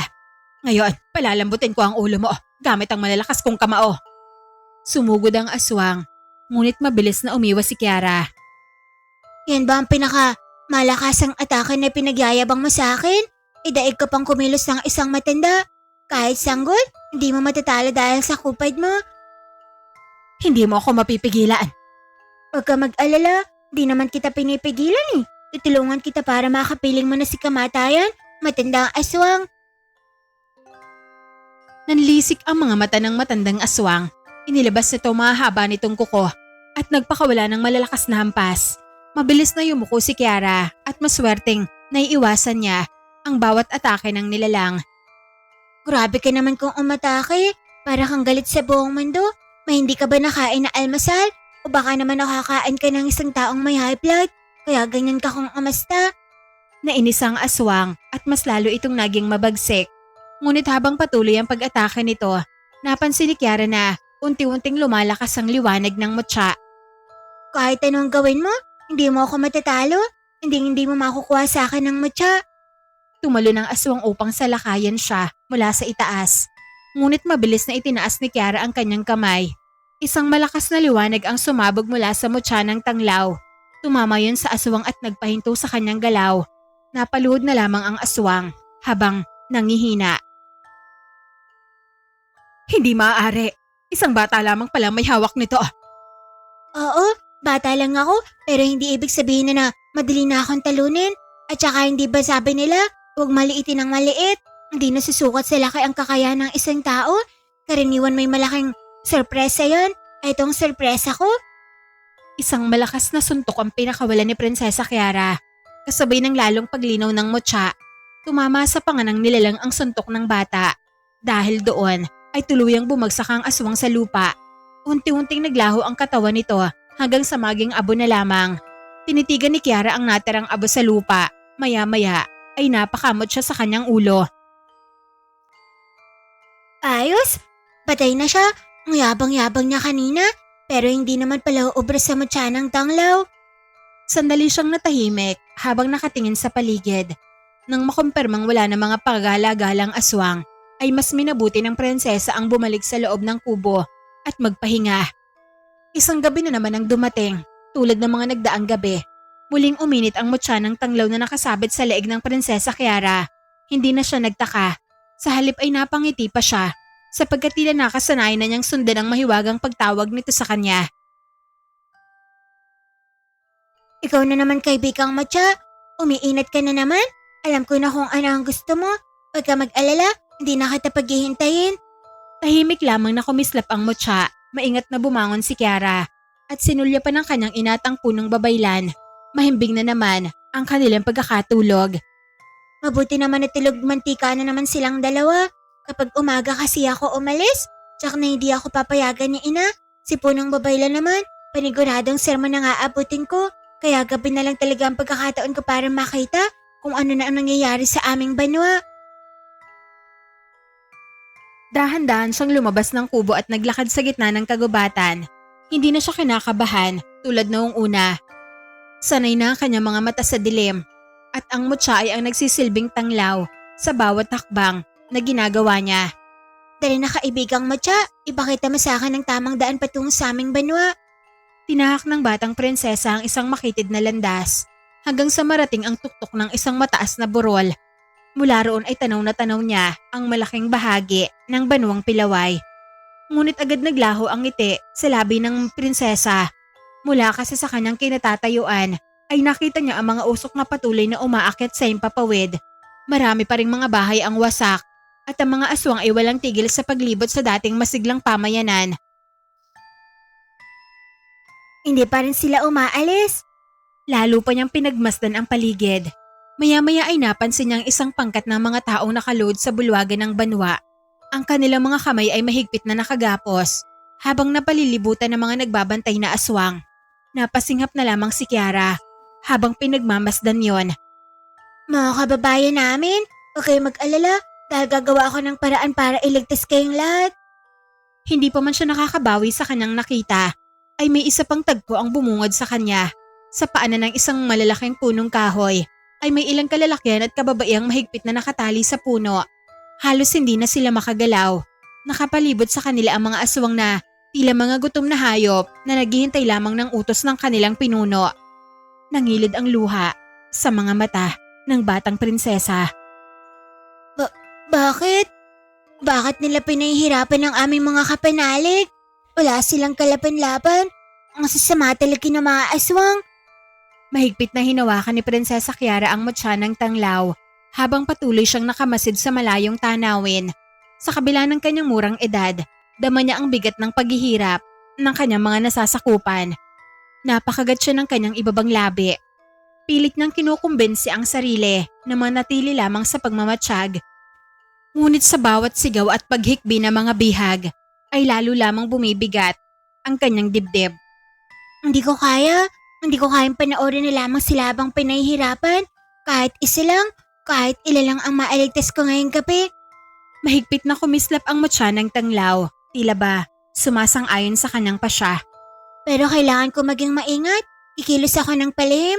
Huwag mo akong ipahamak, Matya ha. Tulungan mo ako. Maingat na bumaba ang batang prinsesa mula sa burol. Nagkubli siya sa likod ng malalaking bato at matataas na damo upang hindi mapansin ng mga aswang na nagpapatrolya sa paligid ng banwa. Makalipas ang ilang sandali, narating niya ang bahagi ng bilangguan kung saan nakakulong ang ilan sa kanyang mga nasasakupan. May 4 na aswang na nagbabantay sa tarangkahan. Tuloy, napakamot si Kiara sa kanyang ulo. 4 agad? Akala ko, mga tamad ang mga aswang. Bakit ang sisipag nila na magpantay? Nagmasid muna siya sa paligid hanggang sa may mapulot siyang maliit na bato. Ngumiti ang bata, nawari bang may masamang pinaplano.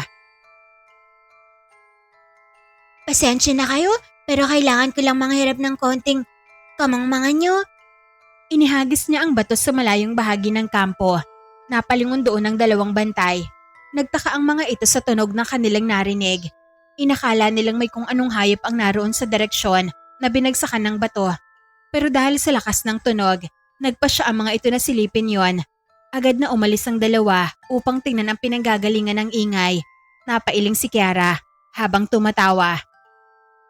Ang dali naman nila ngayon kung ganyan kayo magpantay. Kahit pag kung makakapasok dito. 2 na lamang ang naiwan. Tahimik na pumuslit ang prinsesa sa likuran ng isa sa mga bantay. Sa gilid ng kanyang pinagtataguan ay nakita niya ang mahagbang bagin na matinik. Huwag kang lilingon, baka mapisto mo ako. Ang laki-laki pa naman ng mga mata nyo.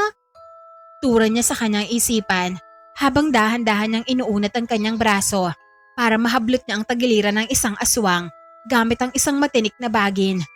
Hanggang sa tagumpay niyang maisaksak ang tinik sa gilid ng aswang, hinila niya kaagad ang baging at nagtago na para bang walang nangyari. Napaiktad ang aswang dahil sa sakit. Kaya naman ay masama nitong tiningnan ang kanyang kasama. Aray, ano ba? Bakit mo ko kinakalmot? Nagugutom ka na ba?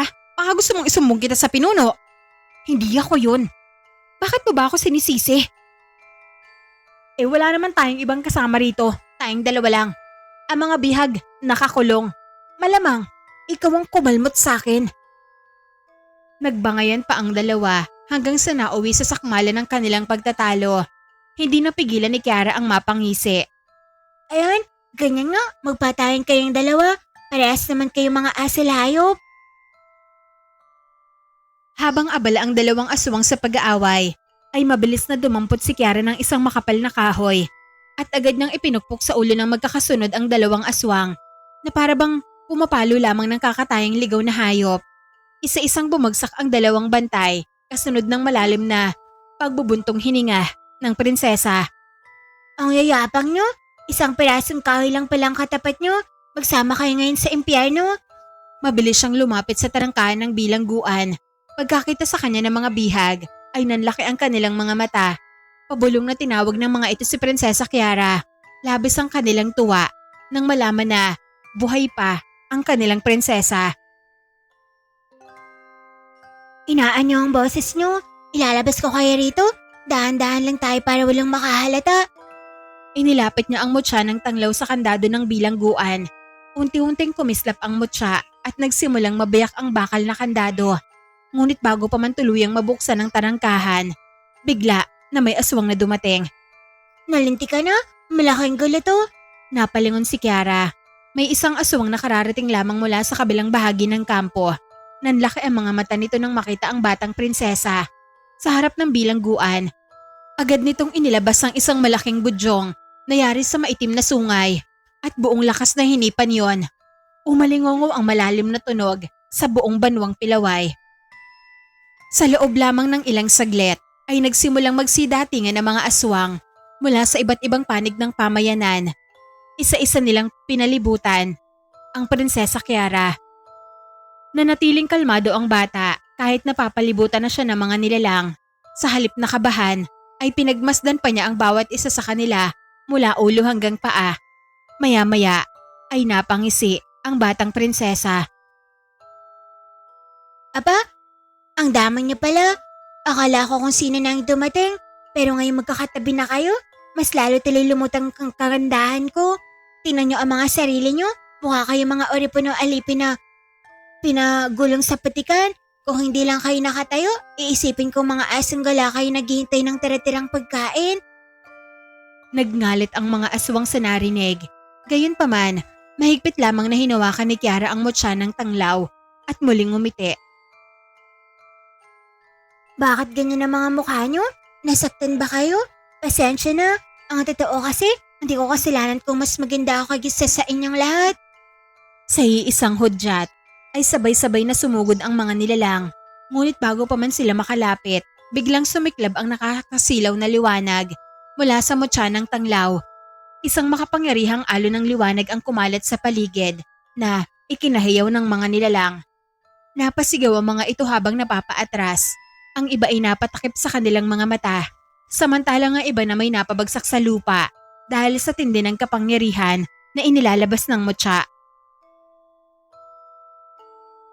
Hindi pa ito ang tamang oras para lumaban ako ng harapan. Hindi rin ako ganoon kahanda para makapagbasag ulit sa mga siraulong aswang na to. Sa susunod na lang ulit. Mabilis siyang tumakbo palayo habang patuloy na inilalayo ng liwanag ng mutya ang mga humahabol na aswang. Bago tuluyang makalayo ay lumingin muna siya sa mga bihag na nakatanaw sa kanya. Huwag kayo mawala ng pag-asa. Nangangako ako sa inyo. Babalik ako sa tamang panahon. Ililigtas ko kayong lahat at mababawi natin ang banwang Pilaway mula sa mga aswang na yan. Pinanood na lamang ng mga bihag ang mabilis na pagkawala ng batang prinsesa sa dilim ng kagubatan, habang ang mga aswang ay naiwan na nagngangalit sa galit dahil muli na namang nakatakas ang bata na may hawak ng mutya ng tanglaw. Habang mabilis na tumatakbo si Prinsesa Kiara sa gitna ng madilim na kagubatan, ay bigla siyang napahinto. Isang napakalakas na bugso ng hangin ang humahampas sa buong paligid. Umuugong ang hangin, hanggang ang mga tuyong dahon ay sabay-sabay na nagliliparan pa itaas. Ano na naman to? Kaibigang Mutya, ikaw bang may gawa nito? O baka naman bumabagyo na? Hindi nagliwanag ang mutya, sa halip ay lalo lamang itong uminit. Unti-unting nagsimulang umikot ang mga tuyong dahon sa isang lugar. Habang umiikot ang mga ito, ay tila may isang anyong unti-unting nabubuo sa gitna. Ilang saglit pa lamang ang lumipas, ay nagsama-sama ang mga dahon hanggang maging hugis ng isang tao. Pagkaraan ng ilang sandali ay naglaho ang mga dahon. Isang matangkad na lalaki ang nakatayo sa kanyang harapan. Maputla ang balat nito, mahahaba ang mga kuko, at ang mga mata ay kulay dugong nagliliyab sa dilim. Nakasuot ito ng maitim na balabal at sa kanyang leeg ay nakasabit ang isang lumang medalyon na naglalabas ng maitim na usok. Hindi ito katulad ng mga karaniwang aswang na nakaharap ni Kiara. Mas mabigat ang presensya nito, mas mabangis at mas nakakatakot. Aba, mukhang hindi ka ordinaryong aswang. Magaling ang iyong pakiramdam, batang prinsesa? Hindi nga ako ordinaryong aswang. Ako ang pinuno ng lahat ng hukbo ng mga aswang na sumalakay sa banwang Pilaway. Ikaw pala ang pinuno? Ikaw ang dahilan kung bakit namatay ang aking ama at nawasak ang aming banwa. Kaya pala, pamilyar sa akin ang mukha mo? Ikaw ang pamatay sa aking ama. At ngayong nasa harapan na kita, hindi ka na makakatakas. Ibigay mo ang mutya ng tanglaw, kung hindi ay mapipilitan akong bigyan ka ng mabilis na kamatayan. Kung mapagbigay ka, basta ko hindi. Hindi ko ibibigay ito sa kahit kanino, lalo na sa mabahong pinuno ng mga aswang na kagaya mo. Kung gayon, kukunin ko ito sa pamamagitan ng dahas. Biglang inunat ng pinuno ang kanyang kamay. Isang makapal na ulap ng maitim na enerhiya ang sumugod kay Kiara. Subalit hindi nagpatinag ang prinsesa. Itinaas niya ang mutya ng tanglaw. Isang nakasisilaw na puting liwanag ang sumabog mula rito at sumalubong sa maitim na kapangyarihan ng pinuno. Nagbangga ng dalawang pwersa. Ang itim na kapangyarihan at ang puting liwanag ay nagdulot ng malalakas na bugso ng hangin na nagpayanig sa mga puno sa paligid. Ngunit hindi nagtagal, nagsimulang manghina ang liwanag ng mutya ni Kiara. Samantalang, sanay na sa pakikipaglaban ng pinuno. Sa isang malakas na kumpas ng kanyang kamay ay nabasag ang depensa ni Kiara. Tumilapon ang batang prinsesa at malakas na bumagsak sa lupa. Napangiwi ang prinsesa sa sakit habang pilit niyang niyayakap ang mutya ng tanglaw. Hanggang dito na lamang ang iyong paglalakbay, bata. Ang mutya ay magiging akin na. Itinaas ng pinuno ang matatalas nitong kuko na tila ba handang tapusin ang buhay ng batang prinsesa. Ngunit bago pa man ito makababa, may dalawang nakakasilaw na liwanag ang biglang lumitaw sa itaas ng mga puno. Kasabay nito ay umalingaw-ngaw ang dalawang tinig. Pinuno ng mga aswang, sukdulan ang iyong kasamaan. Dapat ka ng parusahan. Tama ang sinabi ng kasama kong diwata. Kung ayaw mong maparusahan, lumayo ka sa batang yan. Napatigil ang pinuno. Napatingala ito. Sa tuktok ng mga puno ay may dalawang nilalang na nababalot ng matinding liwanag, kaya hindi maaninag ang kanilang mga mukha. Kami ang mga umalagad na nagbabantay sa mutya ng tanglaw. Hindi pa oras upang mapasa kamay mo ang banal na mutya. Kung sapilitan mo itong aagawin sa hindi maayos sa pamamaraan, papipilitan din kaming parusahan ka ng hindi maayos sa pamamaraan. Gusto mo bang maging tikbalang o pag gusto mo na gawin na lang kitang asong buang? Mga umalagad? Tama ka, mga umalagad nga kami. Umalis ka na habang binibigyan ka pa namin ng pagkakataon. Kung hindi, dito magtatapos ang iyong pag-iral kapag hindi ako nakapagtimpe. Nag-atubili ang pinuno, makalipas ang ilang sandali, ay mabilis itong naglaho kasabay ng malakas na bugso ng hangin. Pagkawala nito ay biglang namatay ang dalawang nakakasilaw na liwanag. Kasunod noon ay narinig ni Kiara ang pamilyar na halakhakan. Nakakatawa naman siya. Umalis nga siya. Akalain mong naniwala talaga siya na mga umalagad tayo? Napabangon si Kiara at napatingala. Nakita niya si Nahara Muraida at ang punong babaylan na nakaupo sa makapal na sanga ng puno. May hawak pa silang dalawang lumang gasera na kanilang itinaas kanina upang magmukhang nagliliwanag ng mga diwata. Napakamot na lamang sa ulo si Kiara. Sandali, gasere lang pala yun. Akala ko totoong mga umalagad kayo, kagaya ng mahiwagang usto na nakita ko nun. Kaya naman pala pamilya ng mga boses nyo. Minsan, prinsesa, hindi lahat ng laban ay napapanalunan sa lakas. May mga pagkakataong ang pinakamabisang sandata ay ang mahusay na panlilinlang. Mula sa makapal na sanga ng puno ay sabay na tumalon si Nahara Muraida at ang punong babaylan. Bago tuluyang lumapat sa lupa ay mabilis silang kumapit sa mga nakalaylay na baging. Sandali silang nakabitin sa ere na tila dalawang matching na sanay sa paggalaw sa kagubatan. Magaan silang lumapag sa harapan ni Prinsesa Kiara. Napakamot sa ulo ang bata habang pinagmamasdan ang dalawa. Aba, marunong din pala kayong magsabit-sabit sa puno. Akala ko kanina, dalawang tunay na umalagad na ang bumaba mula sa langit. Napangiti si Hara Muraida habang ang punong babayla naman ay bahagyang natawa. Hindi na sila nagsayang ng oras. Agad nilang nilapitan ng prinsesa at sinuri ang kanyang mga braso, mukha at mga binti. Kiara anak, ipakita mo sa akin ang iyong mga kamay. Masunuring inunat ng bata ang kanyang mga palad.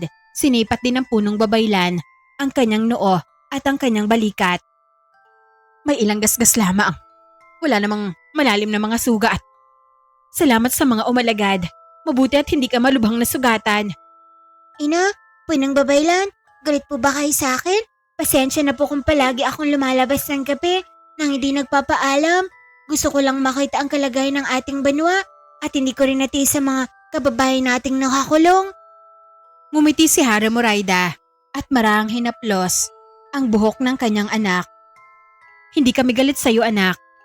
Nanlaki ang mga mata ni Kiara, labis ang tuwang naramdaman niya dahil kabaliktaran sa kanyang inaasahan ang nangyari. Hindi siya napagalitan. Talaga po? Hindi talaga kayo galit sa akin? Hindi kami galit sa iyo prinsesa. Bagos, pinagmamalaki ka namin. Ang ipinakita mong tapang ngayong gabi ay hindi pangkaraniwan para sa isang batang tulad mo. Hindi mo pinabayaan ang iyong mga nasasakupan kahit nilagay mo ang sarili mo sa panganib. Yan ang puso ng isang tunay na tagapangalaga at ng isang tunay na prinsesa. Akala ko talaga, pagagalitan niyo ako. Ang katapangan ay isang mahalagang katangian ng isang tagapangalaga. Ngunit tandaan mo rin prinsesa na ang katapangan ay dapat laging sinasabayan ng karunungan. Kung wala ang iyong inatako, maaaring na ibang naging wakas ang iyong pakikipagtagpo sa pinuno ng mga aswang ngayong gabi. Apo, nangangako po ako na magiging mas mainit na ako sa susunod. Pero hindi rin po ako titikil hanggat hindi ko na ililigtas ang ating mga kababayan at hanggat hindi natin nababawi ang Banwang Pilaway. Pagsapit ng kinaumagahan, maagang nagising si Prinsesa Kiara. Hindi na siya muling bumalik sa higaan. Agad siyang lumabas ng kubo at nagtungo sa maliit na bakuran na napalilibutan ng matatayog na puno. Naroon na sina Hara Muraida at ang punong babaylan na tila matagal nang naghihintay sa kanya.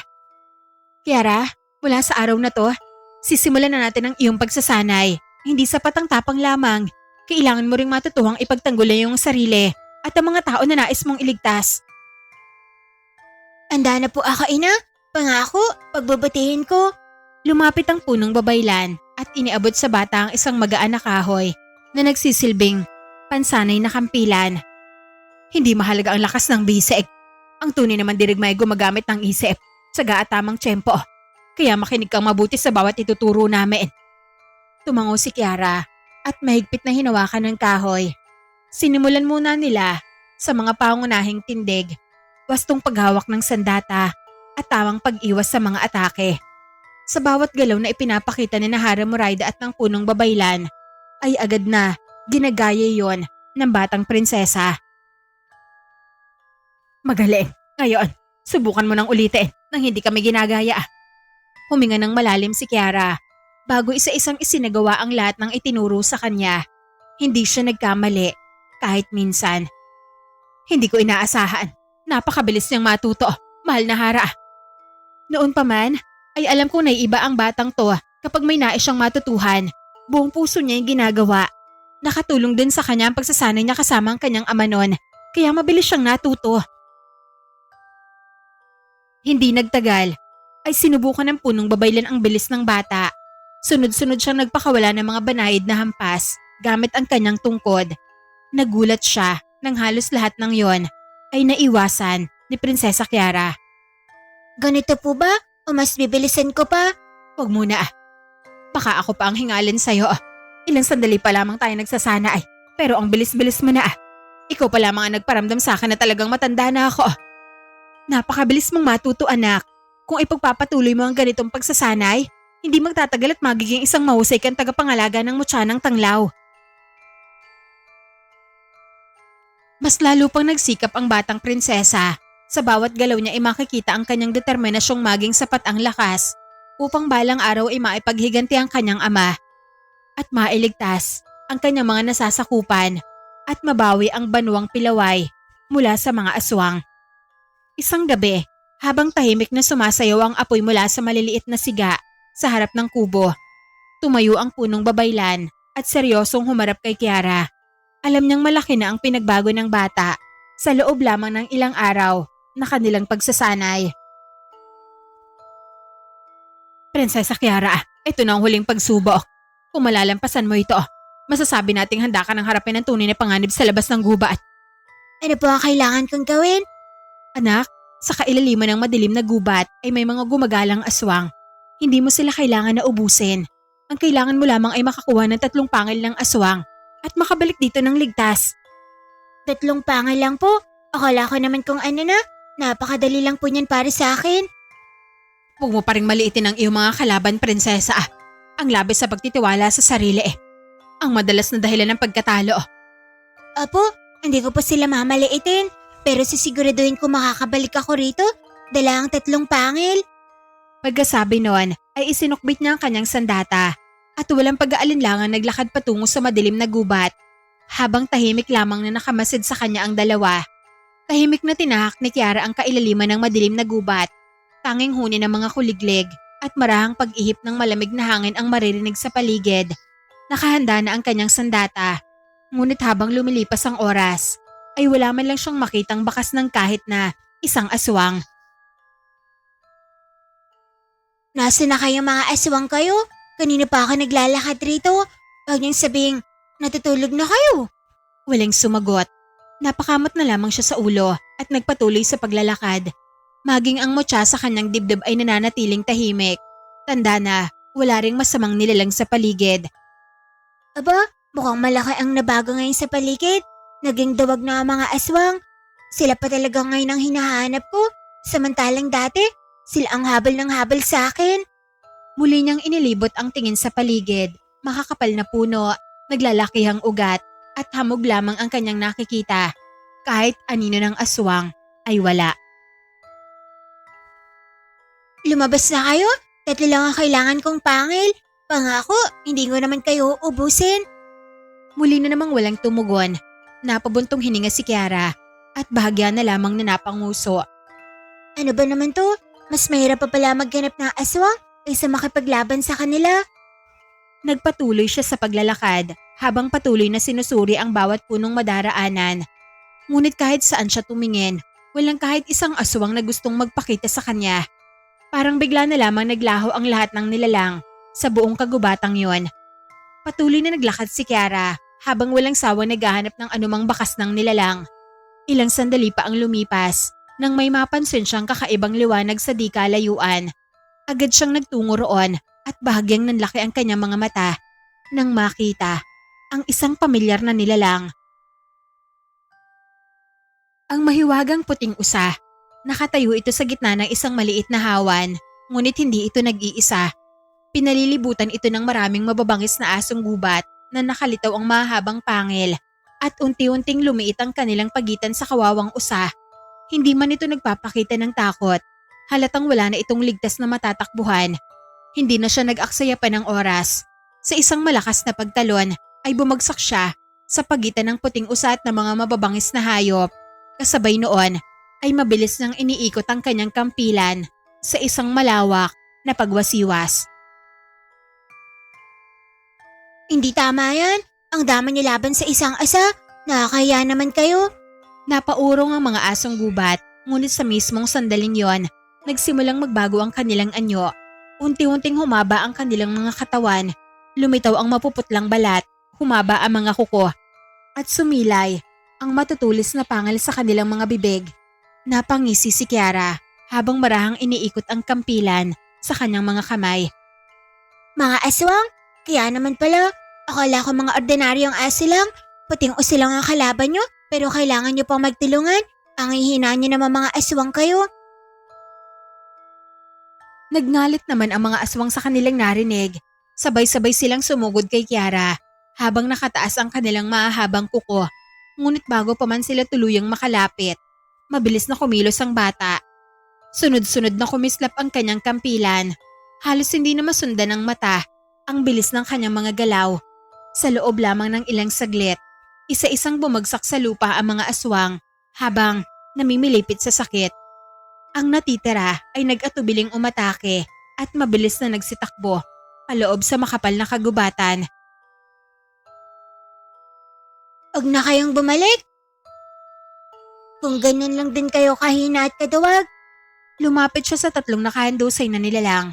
Nang matiyak niya na wala na silang kakayahang lumaban, isa-isa niyang tinanggal ang kanilang matutulis na mga pangil.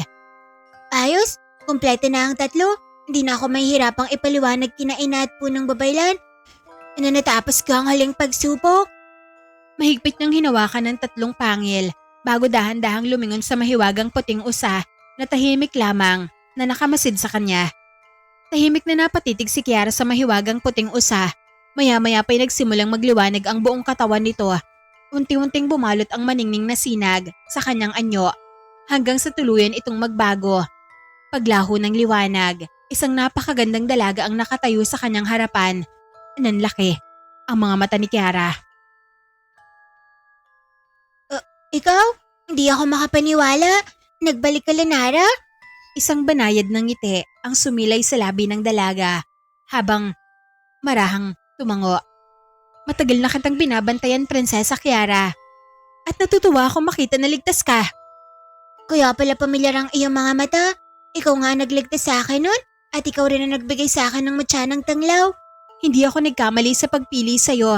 Ginamit mo ang mutya, hindi para sa paghihiganti o sariling kapangyarihan, kundi upang ipagtanggol ang mga walang laban. Yan ang tunay na layunin ng mutsyang pinagkakatiwala sa'yo. Napatingin si Kiara sa kanyang mutya na nakasabit sa kanyang leeg.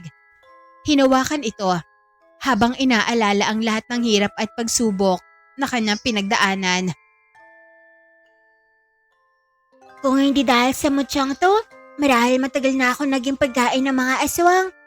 Hindi lamang ang mutya ang dahilan kung bakit ka nakaligtas. Ang tunay nila kasi nagmula sa iyong puso, sa iyong katatagan, at sa iyong pasyang hindi sumuko kahit ilang ulit kang sinubok ng kapalaran. Sandaling natahimik ang dalawa habang marahang umiip ang hangin sa paligid ng hawan. Muling nagsalita si Lunara, ngunit ngayon ay mas naging seryoso ang kanyang tinig.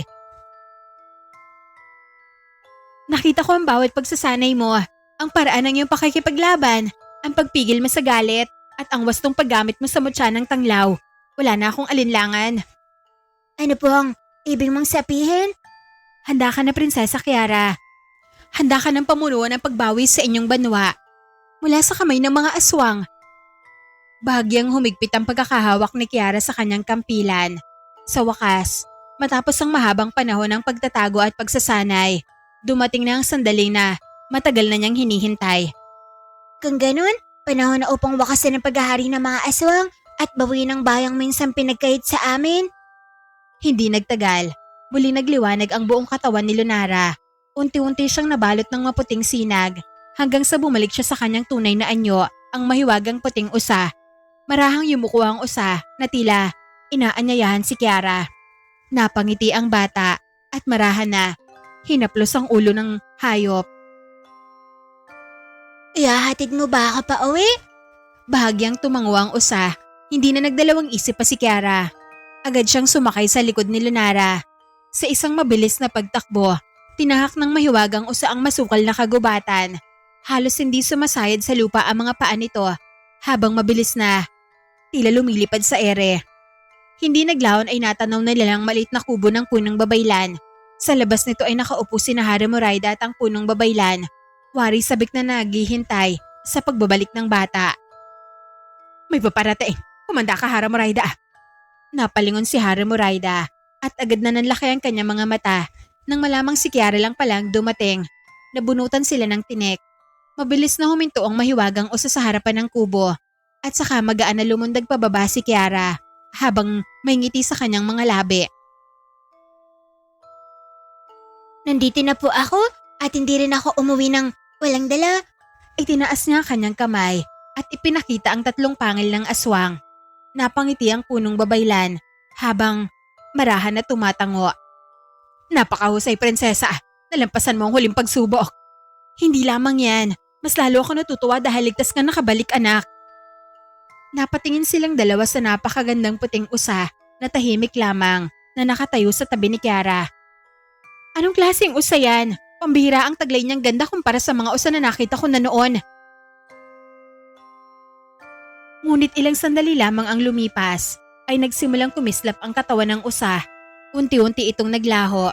Sa halip na katawan ng usa, daan-daang maliliit na alitaptap ang kumawala at nagsimulang umikot sa paligid nila. Ang mga ito'y nagbigay ng banayad na gintong liwanag bago unti-unting tangay ng hangin at maglaho sa kalangitan. Tahimik na pinagmasdan ng 3 ang paglisan noon. Siyang umalagad na si Lunara, isa sa ating mga ninuno. Siya po ang sinasabi ko sa inyo noon na mahiwagang usa na nagaan yung dalaga. Sa kanya po galing ang mutya. Talaga ba? Bakit ngayon mo lang sinabi? Tuloy hindi ko siya nakausap ng masinsinaan. Oo nga naman, anak. Sayang naman ang pagkakataong makausap namin ng umalagad. Bihira lamang ang pagkakataon na magpakita sila. Makalipas ang ilang oras, tuluyan ang binalot ng katahimikan ng buong kagubatan. Nagpahinga na sina Kiara, Haramurayda at ang punong babaylan upang ihanda ang kanilang lakas para sa nakatakdang paglusob kinabukasan. Alam nila na yun na ang simula ng pagbawi sa kanilang banwa. Ngunit pagsapit ng kalaliman ng gabi, biglang nabasag ang katahimikan. May mga yabag silang narinig. Kasunod noon ang sunod-sunod na ungol at kaluskos mula sa makapal na kagubatan na unti-unting lumalapit sa kanilang kubo. Dumilat kaagad ang punong babaylan. May mali, hindi maaari. Naunahan nila kami. Agad siyang bumangon at lumapit sa isang malaking mangkok na yari sa bato. Pinuno niya yun ng mahiwagang tubig at marahang inilapat ang kanyang palad sa ibabaw nito. Unti-unting gumalaw ang tubig. Lumitaw rito ang larawan ng paligid ng kubo. Nanlaki ang kanyang mga mata. Nagising sina Kiara at Hara Moraida dahil sa bigla na pagbabago ng kanyang mukha. Ano nakikita mo punong babaylan? Nasundan ng mga aswang si Kiara. Mabilis na lumapit ang dalawa sa mahiwagang tubig. Sa loob nito ay makikita ang dose-dose ng mga aswang na unti-unting pumapalibot sa kubo. Ang iba ay nasa ibabaw ng mga puno. Ang ilan ay gumagapang sa lupa. Habang ang iba na may nakatitig lamang sa kubo na tila naghihintay ng hudyat upang umatake. Paano nila ako nasindan? Ang mga aswang na hinayaan mo makatakas kanina, sila ang nagturo ng ating kinaroroonan. Biglang gumuhit ang isang napakalaking anino sa gitna ng mahiwagang tubig. Unti-unti itong lumapit hanggang sa luminaw ang anyo nito. Isang dambuhalang aswang ang nakatayo sa harapan ng kubo. Namumula ang mga mata, mahahaba ang mga pangil at nanlilisik habang nakatingin sa kubo. Ang mabangis nitong ngiti ay sapat upang manginig ang sino mang makakakita rito. Ang kanilang pinuno. Pinagkrus ng pinuno ng mga aswang ang kanyang mga braso habang nakatitig sa kubo na para bang nakikita mismo ang mga nasa loob. Matagal ko na kayong hinahanap. Ngayon, wala nang makakatakas sa inyo. Kasabay ng malakas na sigaw ng pinuno ay nagsimulang umalingaw ang nakakabinging angil ng mga aswang sa buong kagubatan. Mahigpit na hinawakan ni Kiara ang kanyang kampilan. Mukhang hindi na natin kailangan na puntahan ng banwa. Sila na mismo ang lumapit sa atin. Tama. Sila na mismo nagdala ng digmaan sa ating pintuan. Sa labas ng kubo, unti-unting nagsimulang magsara ang hanay ng mga aswang. Papalapit ng papalapit ang pagitan nila sa kubo.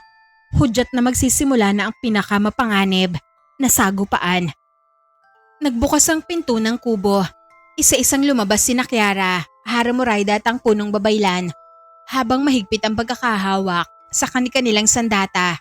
Sa kanilang harapan ay naghihintay ang hukbo ng mga aswang kasama ang kanilang mabagsik na pinuno. Sa wakas, lumabas din kayo. Matatapos ang paghahari ng inyong kasamaan ngayong gabi. Sa hudyat ng pinuno ay sabay-sabay na sumugod ang mga nilalang.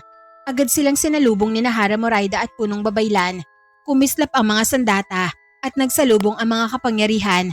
Isa-isang bumagsak ang mga mababangis na aswang, ngunit napakarami ng kanilang kalaban. Unti-unting napagod ang dalawa. Isang malakas na dagok ang tumama kay Hara Moraida at napatumba siya sa lupa.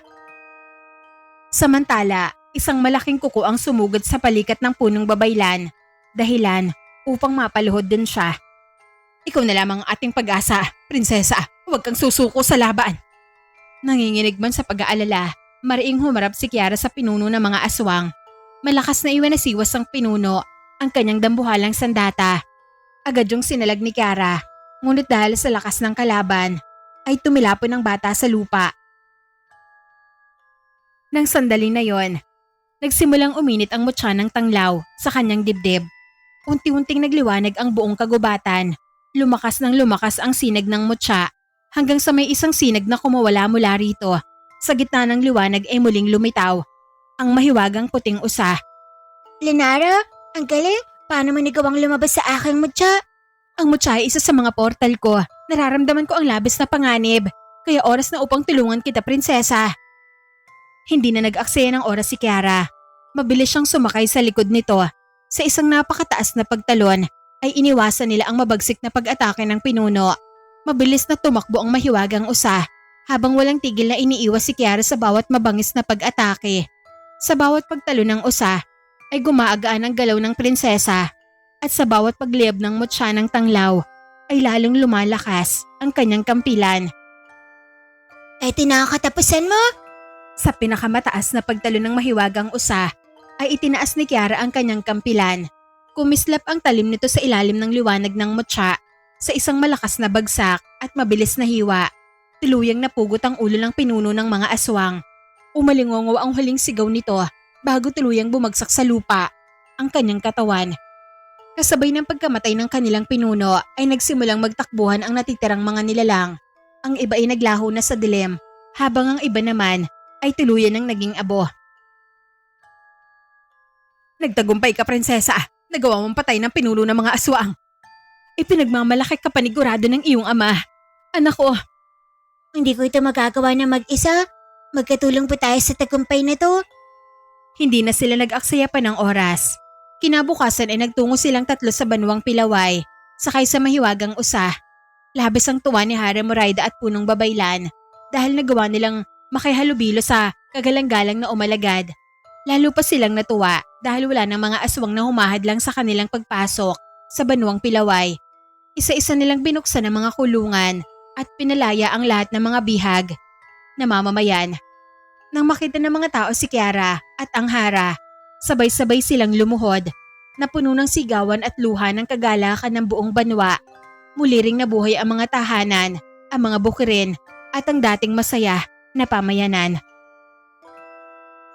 Tahimik na lumapit ang mahiwagang puting usa kay Kiara.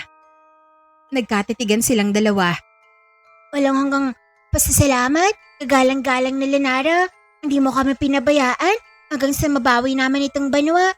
Natupad mo ng iyong kapalaran. Binabati kita, Prinsesa Kiara. Oras na upang magpaalam ako sa iyo. Unti-unting nagliwanag ang katawan ng usa hanggang sa muli itong naging mumunting sinag. Dahan-dahan na bumalik ang liwanag na yun sa mutya ng tanglaw na nakasabit sa leeg ni Kiara. Muling naging tahimik ang paligid. Hinawakan ni Kiara ang kanyang mutya at marahan ng ngumiti. Mula noon, muling umudlad ang Banwang Pilaway. Wala na mga aswang na muling nangahas na guluhin ang kanilang tahanan. Sa pamumuno ni Hara Moraida, kasama sina Prinsesa Kiara at ang Punong Babaylan, namuhay ng payapa, masagana at masaya ang buong banwa.